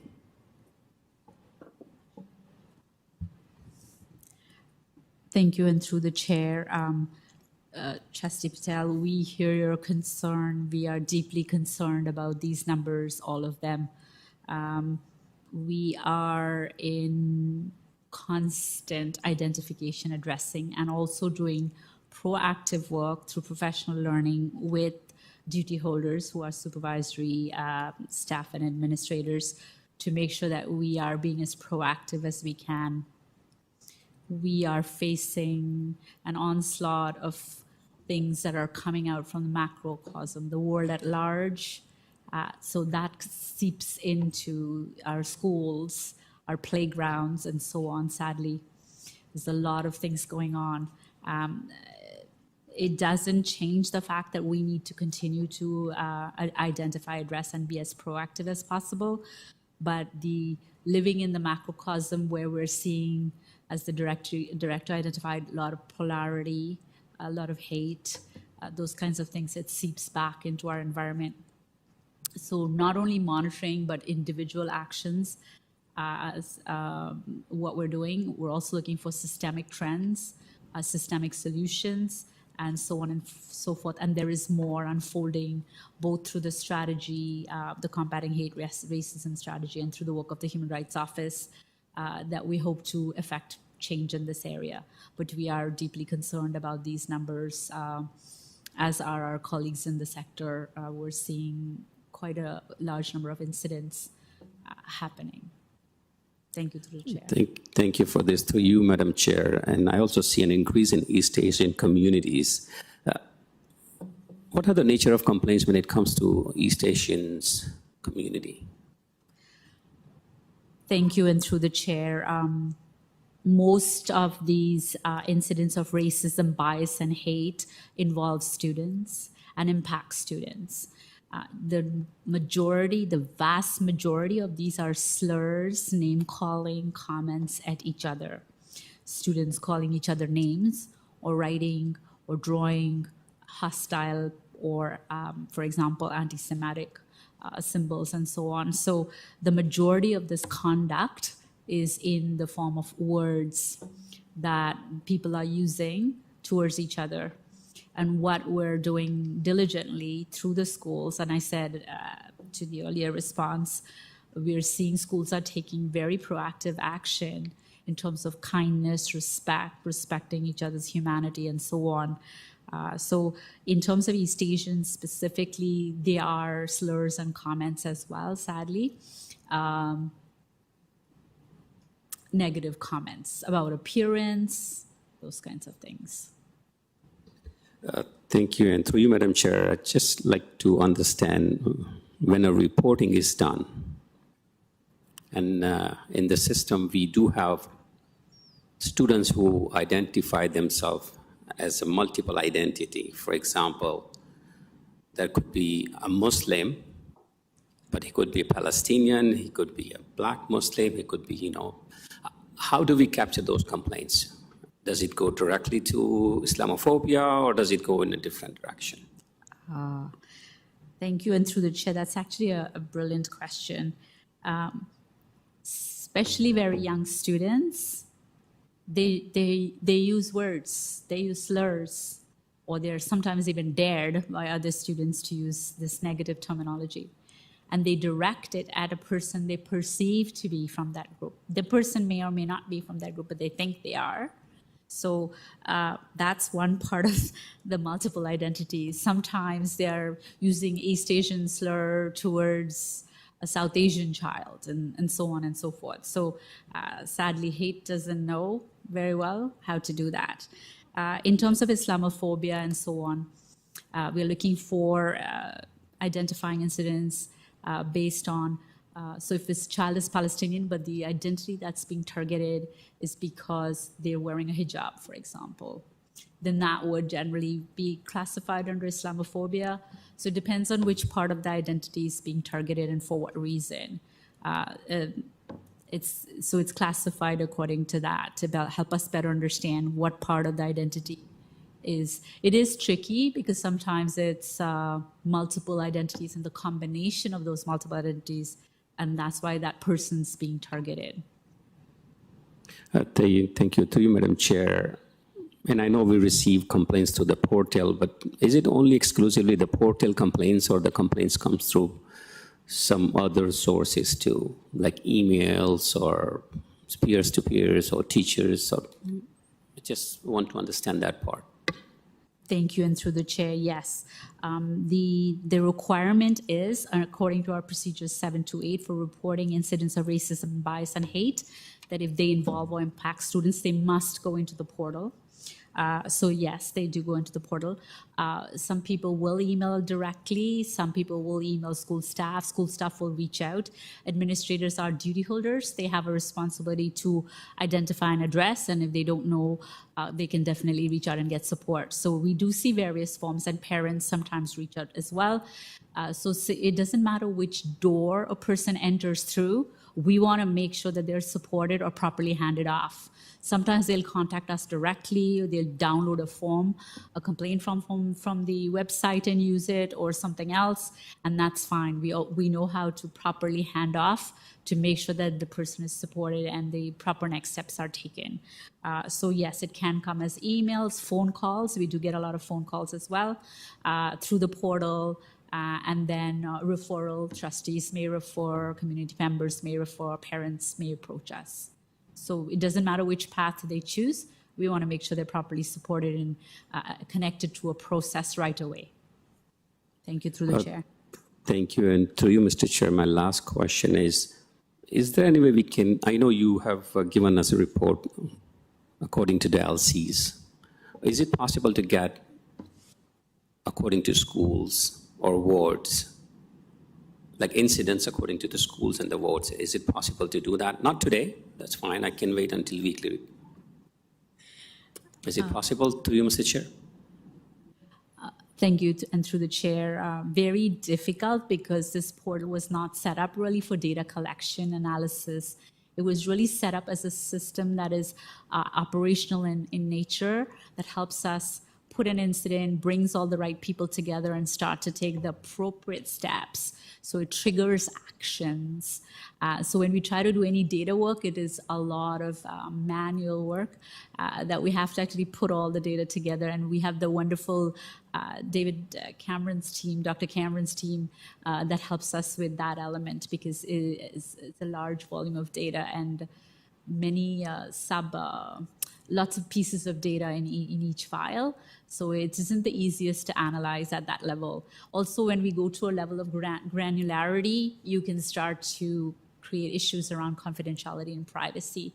And because we have a duty of care and the majority of our students are very young, we have to be very careful how far we break that data out.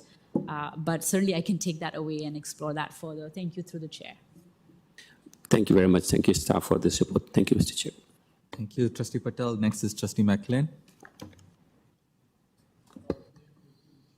Through the chair, do we record we break these numbers down in a number of different ways? Do we ever do it by the age of either the victim or the do we record those actions that might happen in elementary school or middle school or secondary school? Do we keep that in that data as well? Thank you, and through the chair, we do know which school it happens at, and we can, I guess, figure out. I'll actually turn it over to Dr. Cameron. He might have some insights, but it's again not data that can be readily accessed because there's a number of pieces of information that we're putting through, but we do collect which school it happened at. I don't know if Dr. Cameron wants to add anything. No, I think that's pretty accurate. We know we can locate, because the portal it's really important the portal's a processing portal, so it's really important to identify where the incident is, so we know where the incident is. The most important part, though, to consider is it's all documented by the school principal, right? So the portal itself is a reflection of how the principal is recording what happened, where it happened, how it happened. So when you hear Mohammad say that something might have gone from the playground into the hallway, out into the classroom, around it, it's really dependent on who picks it up and when do they pick it up and how they report that piece of information. So it's not necessarily the case that it's a one-for-one relationship or that the incident itself that was a violation, it involved a particular student whose identity was marginalized or discriminated against, right? It could be a swastika on a wall, a school wall with nobody necessarily from the Jewish faith walking through it. So right now, as the portal is designed, it's not designed to identify. It's a human right incident, it's a human right violation, but it could be many different kinds of ways that educators pick that up and they're recorded inside the portal.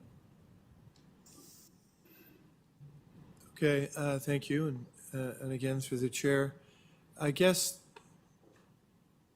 I had just this week I spoke with a parent who was of a young child who was the victim, and the parent, it didn't equate to the damage that was done and the unfortunate, how the student felt and the negative experience of it, but there were some conversations that resulted, not only to the perpetrator, if you like, but some broader conversations that happened, with classes and around, respecting diversity and around empathy and kindness and respect. And is there a way that we record things that we get to know? Like I see that, complaints are resolved, and does that resolution process capture in-school learning, or, when it happens young enough as opposed to, anyway, that kind of, does that happen? Thank you. And through the chair, yes, absolutely. That would be captured in the portal as an action step. If there was in-school learning, any other follow-up that was done, referral to a counselor, social worker involvement, all of that is in there and for discussion so that the school and the superintendent can take all necessary steps to support the affected students. So it is put into the system and they do follow up. Is that something we talk about in the growth and learning that is, an unintended, and yet, if bad things are going to happen, least we can do is learn from them and try to make sure that they don't happen again. And I think it might be important that we capture that and we're able to articulate that, we're doing that, we'd like to eliminate them, and we'd like to, but when we don't, that we're responsive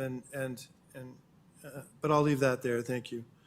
Thank you. And through the chair, professional development is an ongoing part for duty holders or those with supervised responsibilities. And we use those as case studies to learn what could we do differently, what could we do better, and how do we continue to address and support our students. So there has to be ongoing learning through the work of Safe and Caring, through the work of the Equity Department, through the work of the Human Rights Department. And we do have a table to show that we do spend a lot of time with our duty holders or our supervisory staff to make sure that there is ongoing learning and sharing of ideas about strategies and addressing and what can we do better, and definitely how do we avoid it in the future. Thank you. Okay.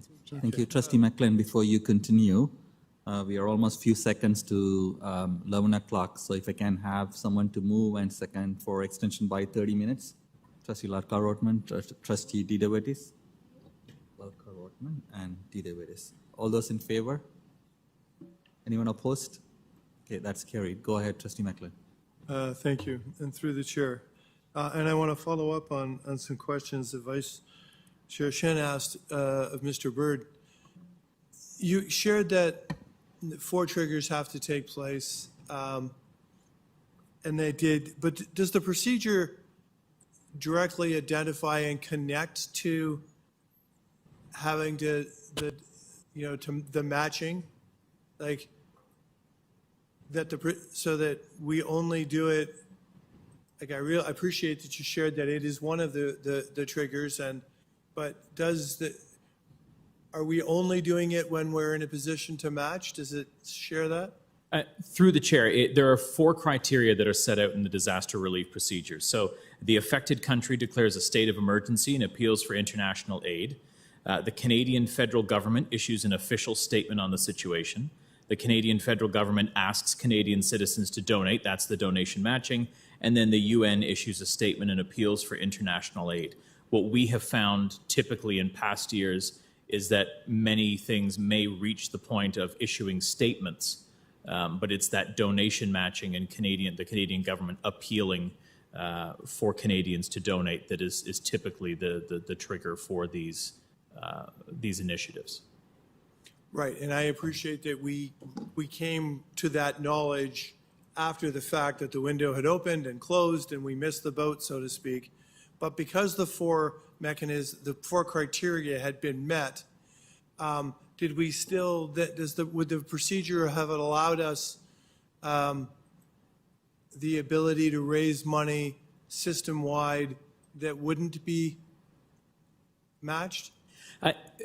Through the chair, if I may, I guess the procedure doesn't speak to that possibility, as typically it would be that donation matching period that we would, all of the relief efforts that I have been involved in through communications in my 12 plus years at the board have always been during the donation matching period set out by the Canadian government.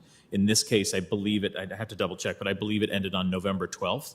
So it's not something that we have done in the past, and the procedure doesn't really set out specifically when that would happen if it's outside of that donation matching period, because technically after November 12th, that that bit of the criteria, I guess, would then be dropped because they're no longer encouraging them through the donation matching campaign. But it doesn't speak to that with that specificity outside of that campaign matching period.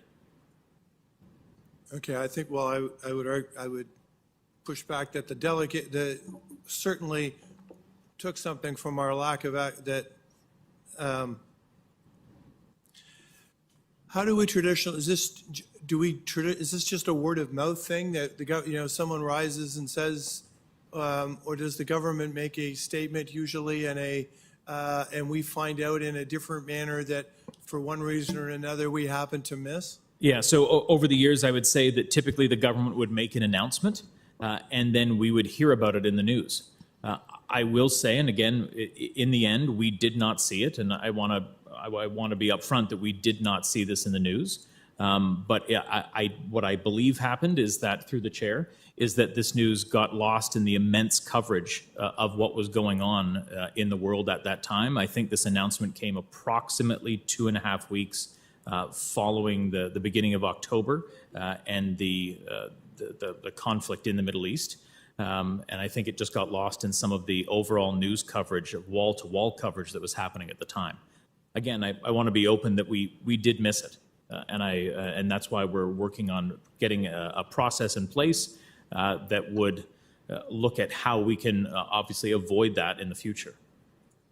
Yeah, thank you, and through the chair, and I wasn't really trying to point fingers as much as just to acknowledge that how this came to be, and I will take the opportunity with my member of parliament to suggest that maybe there's a more formal mechanism that they could do so that when there are organizations that would like to be in a position to take advantage of their positions, that everyone's in the loop and able to do so. Thank you. I believe the director wished to comment as well. Thank you very much. Through the chair, I appreciate Executive Officer Bird's response.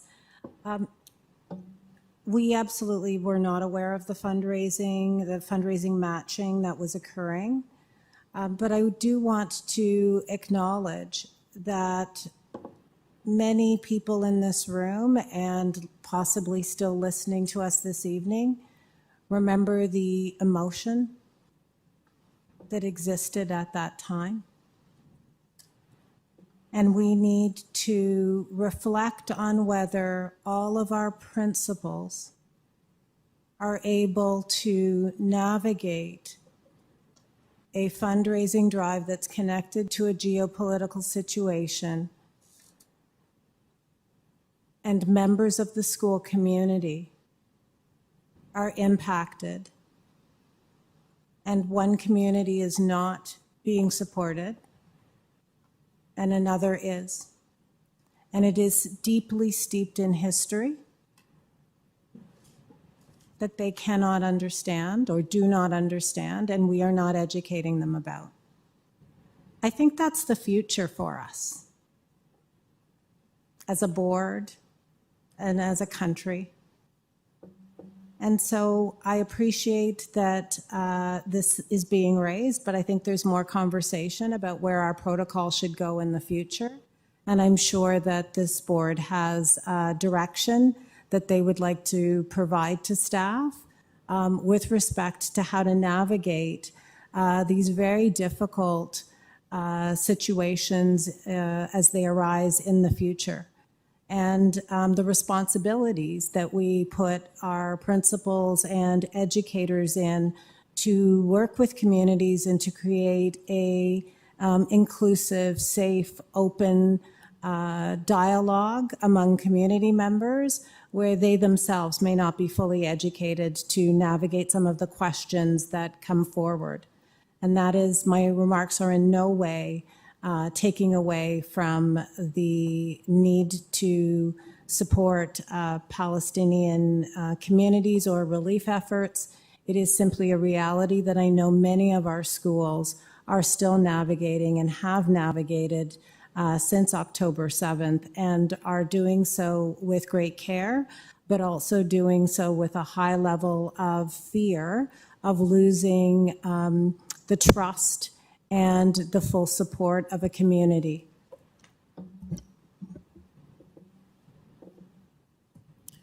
Okay, thank you very much, Director. Up next, we have Trustee Shiskandarajah. Please go ahead. Thank you, through you, Madam Chair. Thank you to staff. Thank you to Mohammad. You know, I always love hearing your voice when it comes to this report. And I say that because this is such a heavy topic and you always bring so much grace to the conversation. So I just have a few questions on the report, and I think I've asked them before, and you know, I don't know if there's updates or better insights. So my first question through you, Madam Chair, is it seems that, I think this was the case last year as well, the ETFO has sort of a disproportionately higher rate of complaints versus the percentage of employee group that they make up. Do we have insight into what is happening in this, you know, in this area? Like why is this the case? Sorry, thank you. And through the chair, if I heard the question correctly, ETFO numbers of complaints remain high. Was that the question? Yes, compared to the other groups. Thank you. Through the chair, the population of ETFO employees is a significant one at TDSB. And just looking at the full-time employee complement, ETFO constituted 37% of the full-time workforce at TDSB, and the complaints filed were around 26%. So we do see a significant number. They are also a very large part of our population. We also see significantly high numbers of QP complaints because they're also very significant. Beyond that, we haven't been able to identify any specific any other specific issues. The complaints vary in terms of grounds, a variety of different grounds. We still foremost deal with race-based complaints are being filed at a higher rate than any other number. And that's all the information I have. Thank you, and through the chair. Thank you. Through you, Madam Chair. So what happens in the scenario where a teacher is accused? Yes. What happens in that scenario? Thank you, and through the chair. So in terms of what we would call an employee complaint, it would also fall under our human rights policy P031. And the procedures we would use are PR 515. PR 515 sets out the steps once a complaint is filed. There are options for the individuals to resolve the matter themselves. There is an option to resolve with the help of supervisory staff. There is an option to proceed with the formal complaint through our office. If it proceeds through our office, there's different ways to investigate. One of them could be a management investigation we could help with, or if the Human Rights Office is investigating a complaint, we do what is called a threshold assessment. And the complainant will be notified whether their complaint passes the threshold assessment. If it passes the threshold assessment, it can go on to a fuller investigation. So that preliminary assessment helps us ascertain if the complaint is in the correct place in terms of will it meet the threshold of a human rights violation if it were to be substantiated. So once that's done, there'll be a full investigation and a report, and the teacher would get, typically for unionized employees, their representative will be present through the entire process to support them through that. I hope that answers the question through the chair. Thank you. And through you, Madam Chair, and are the teachers on leave during this investigation?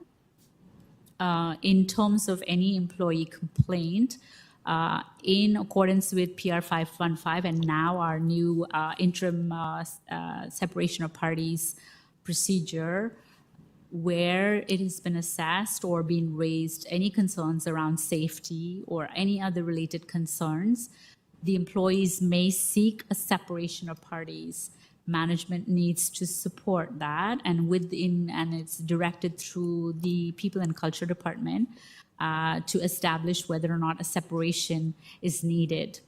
In the human rights world, separation of parties, it can happen, and it generally starts by simply you work with a different person or different supervisor, but you can be in the same workplace. It ranges from that right up to a separation in location, depending on the fact situation and what it warrants.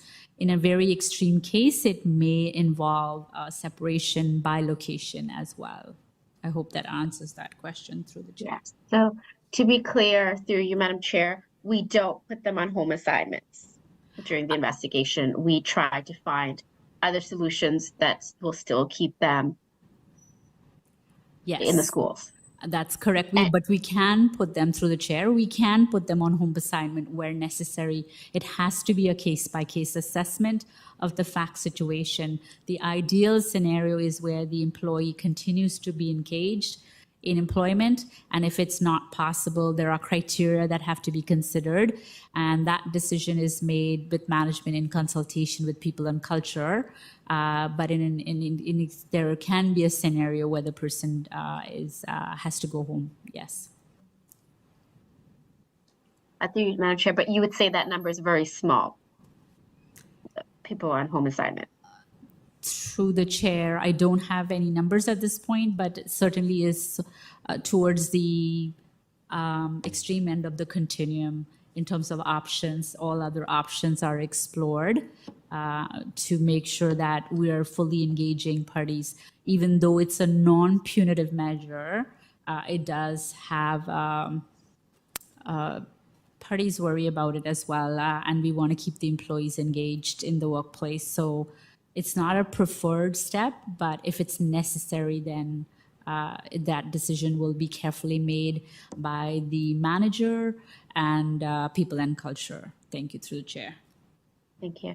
And through you, Madam Chair, if you could provide some more insight to Table 15, I'm curious what you and your department think, if you could flesh out those numbers in terms of what's happening in LC4 and LC2, because, they do look very different than the other two LCs. So what is happening there?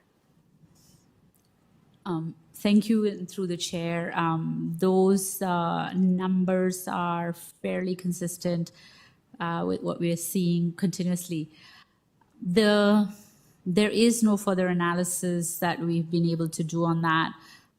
What I can say for sure is it's with that little data, it's hard to say if that's a bad thing. It could be that they are very concerned and they are monitoring things very carefully, and so they quickly pick up and identify. So, you know what I mean? Reporting is a good thing, is what is strongly encouraged by policy, by our procedures. On the other hand, it could indicate more incidents, and we don't have enough data to make a conclusion either way. And we just provide that information to the LC executives so that they can delve into deeper and look at a more granular level to better understand what, if any, trends they're seeing and how that might impact their strategy in terms of a climate in which human rights is flourishing and issues are either being avoided and eliminated, or they are being identified and addressed where they happen, meaning we are preventing incidents, or where they occur, we're properly identifying and addressing. So this is to guide the work, but it is only one element of the data. Thank you, through the chair. Thank you. Through you, Madam Chair, just to pick up on Trustee Hassan's questioning about the Islamophobia strategy, I know a deadline or timeline has not been outlined for us, but could staff, through you, Madam Chair, at least let us know what percentage of the work is done for the report? Like, are we at a 40%, a 60%, 80%, 5%? Thank you, and through the chair. We are at a point with respect to the report where I believe somewhere between 70% of it is complete. Part of what has to happen is making sure that as we move forward with these reports, that what we're bringing to board are things that are reasonable and feasible for trustees to and staff to be able to implement. So that's part of the conversation that's actually needs to take place at this point in time. So in conversations offline, what we're looking to try and do is see if we're able to bring it to committee for September to allow trustees the opportunity to see it. But that was just something that we've been able to discuss offline in the intermediate time. So thank you for raising the question and giving us an opportunity to provide further clarity. Thank you. And my last question, I know that we don't collect the data in terms of wards, but can we do that going forward?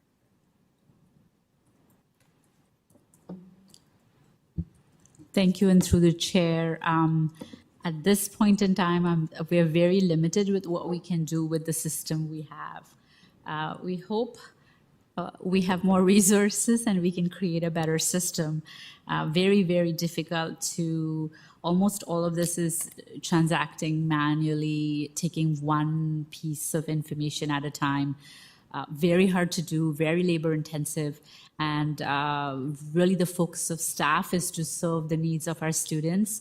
And so we are really making sure that we are responding to inquiries and consultations that come to our office so that we are both supporting the person in the moment to support our students, as well as we're doing a lot of trying to do more PD, professional development, so that people are able to take on and address more issues. That takes a lot of our time and resources. So with the current system, that capacity is there. It wasn't designed at all for data collection, so it's a very challenging piece. So I appreciate the question through the chair. I don't know, it might be something I can take back and see what we can try to do. But at this point in time, I know for sure we don't have the capacity in the system the way it is designed. Thank you through the chair. Thank you. Okay, and the final person on the list is Trustee Laskin. Thank you very much, Madam Chair. Just following up from that last comment, I know that we made a motion at board about asking the province to support the collection of hate-based data provincially in a system that would do many of the things that trustees would like to see the information. Madam Chair, did we ever hear back? No, we have not had a reply. I'm wondering if we could maybe just send a friendly reminder or continue to wait. However we deal with those things, that would be great. I simply felt the need to come back on the list to make a few more comments. One is we did hear from delegates tonight expressing their concerns, and there are so many others we did not hear from who did not make it here tonight. Some of us who have been directly affected, it's not simply an emotion at that time, it is a lived trauma that one continues to experience, and I relate in very many ways to some of the words that the deputants spoke tonight, and others I simply did not. But the point I wanted to make is, it was mentioned about the affinity groups, and since I asked about that, I received some information about, and I just want to read to you the difference that our students are experiencing right now. So staff, there was lots of emails about the gatherings for Black students, the Envision conference, the Muslim Student Day today. And I want you to read when the Jewish Affinity kids were invited to a retreat. I want you to read what the invitation said. It said, students and staff involved in this initiative are asked to be discreet and thoughtful in their communication in order to ensure confidentiality, sensitivity, and privacy. This is a safety precaution. Please do not share the date and location of this event with anyone other than supervising staff and participating students. So these students got together, but couldn't talk about it for fear of their safety. And that is what is happening. That is what is happening in our schools. This is Jewish Heritage Month, and students have been told they cannot celebrate Jewish Heritage Month for fear of the politics that are happening. So I just want you to be aware, because we didn't hear those deputations tonight. You talk about erasure. People aren't worried about being erased. People are worried about their actual safety in our schools and in our community. And it doesn't take much. You see it on signs. You see it in the paper almost every day. So I just simply felt the need to say that out loud, because we didn't hear some of those voices in our deputations. And as a system, I care very deeply about any form of racism. But anti-Semitism continues to rise, and what are we doing about it? And I need to say that out loud too. Thank you very much.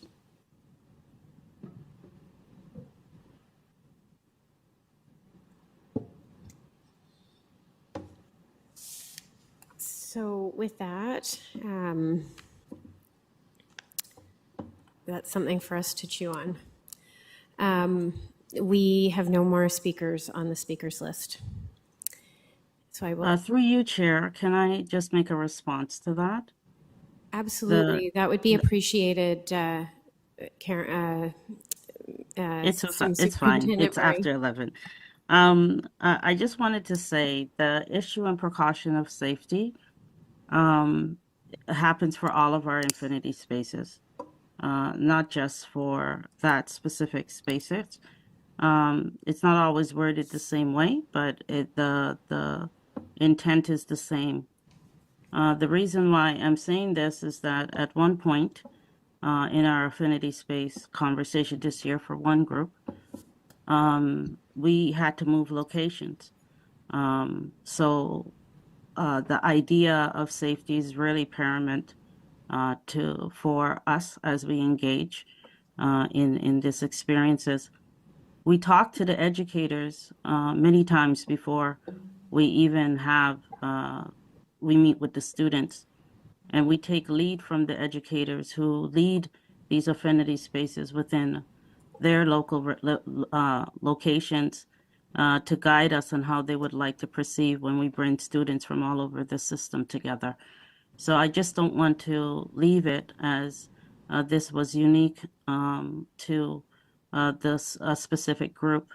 I will agree with Trustee Laskin that we know that anti-Semitism is happening, and we are aware of the various situations, and we are working our due diligence to support schools and students, and even those who connect with us from community as best as we can.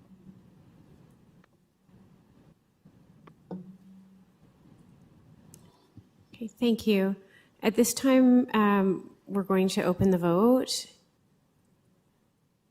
Can I have a mover and a seconder for receipt? Trustee Williams and Trustee McLean, thank you. All those in favor, if you could let us know how you vote through eScribe or orally. Thank you.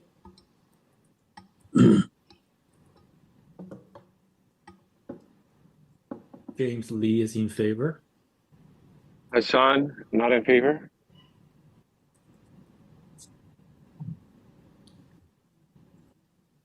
Hastings, not in favor. Pay, not in favor.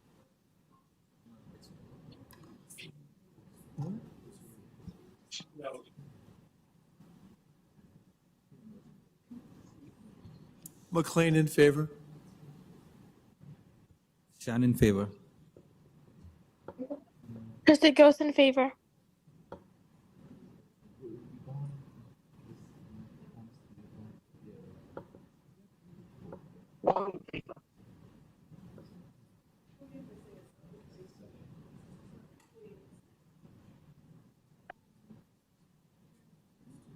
I'm in favor. Patel is in favor. Trustee Rajwani, Trustee Wong, how do you vote?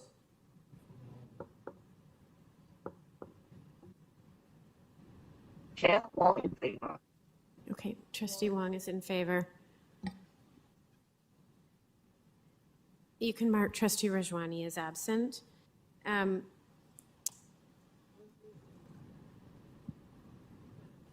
That has carried.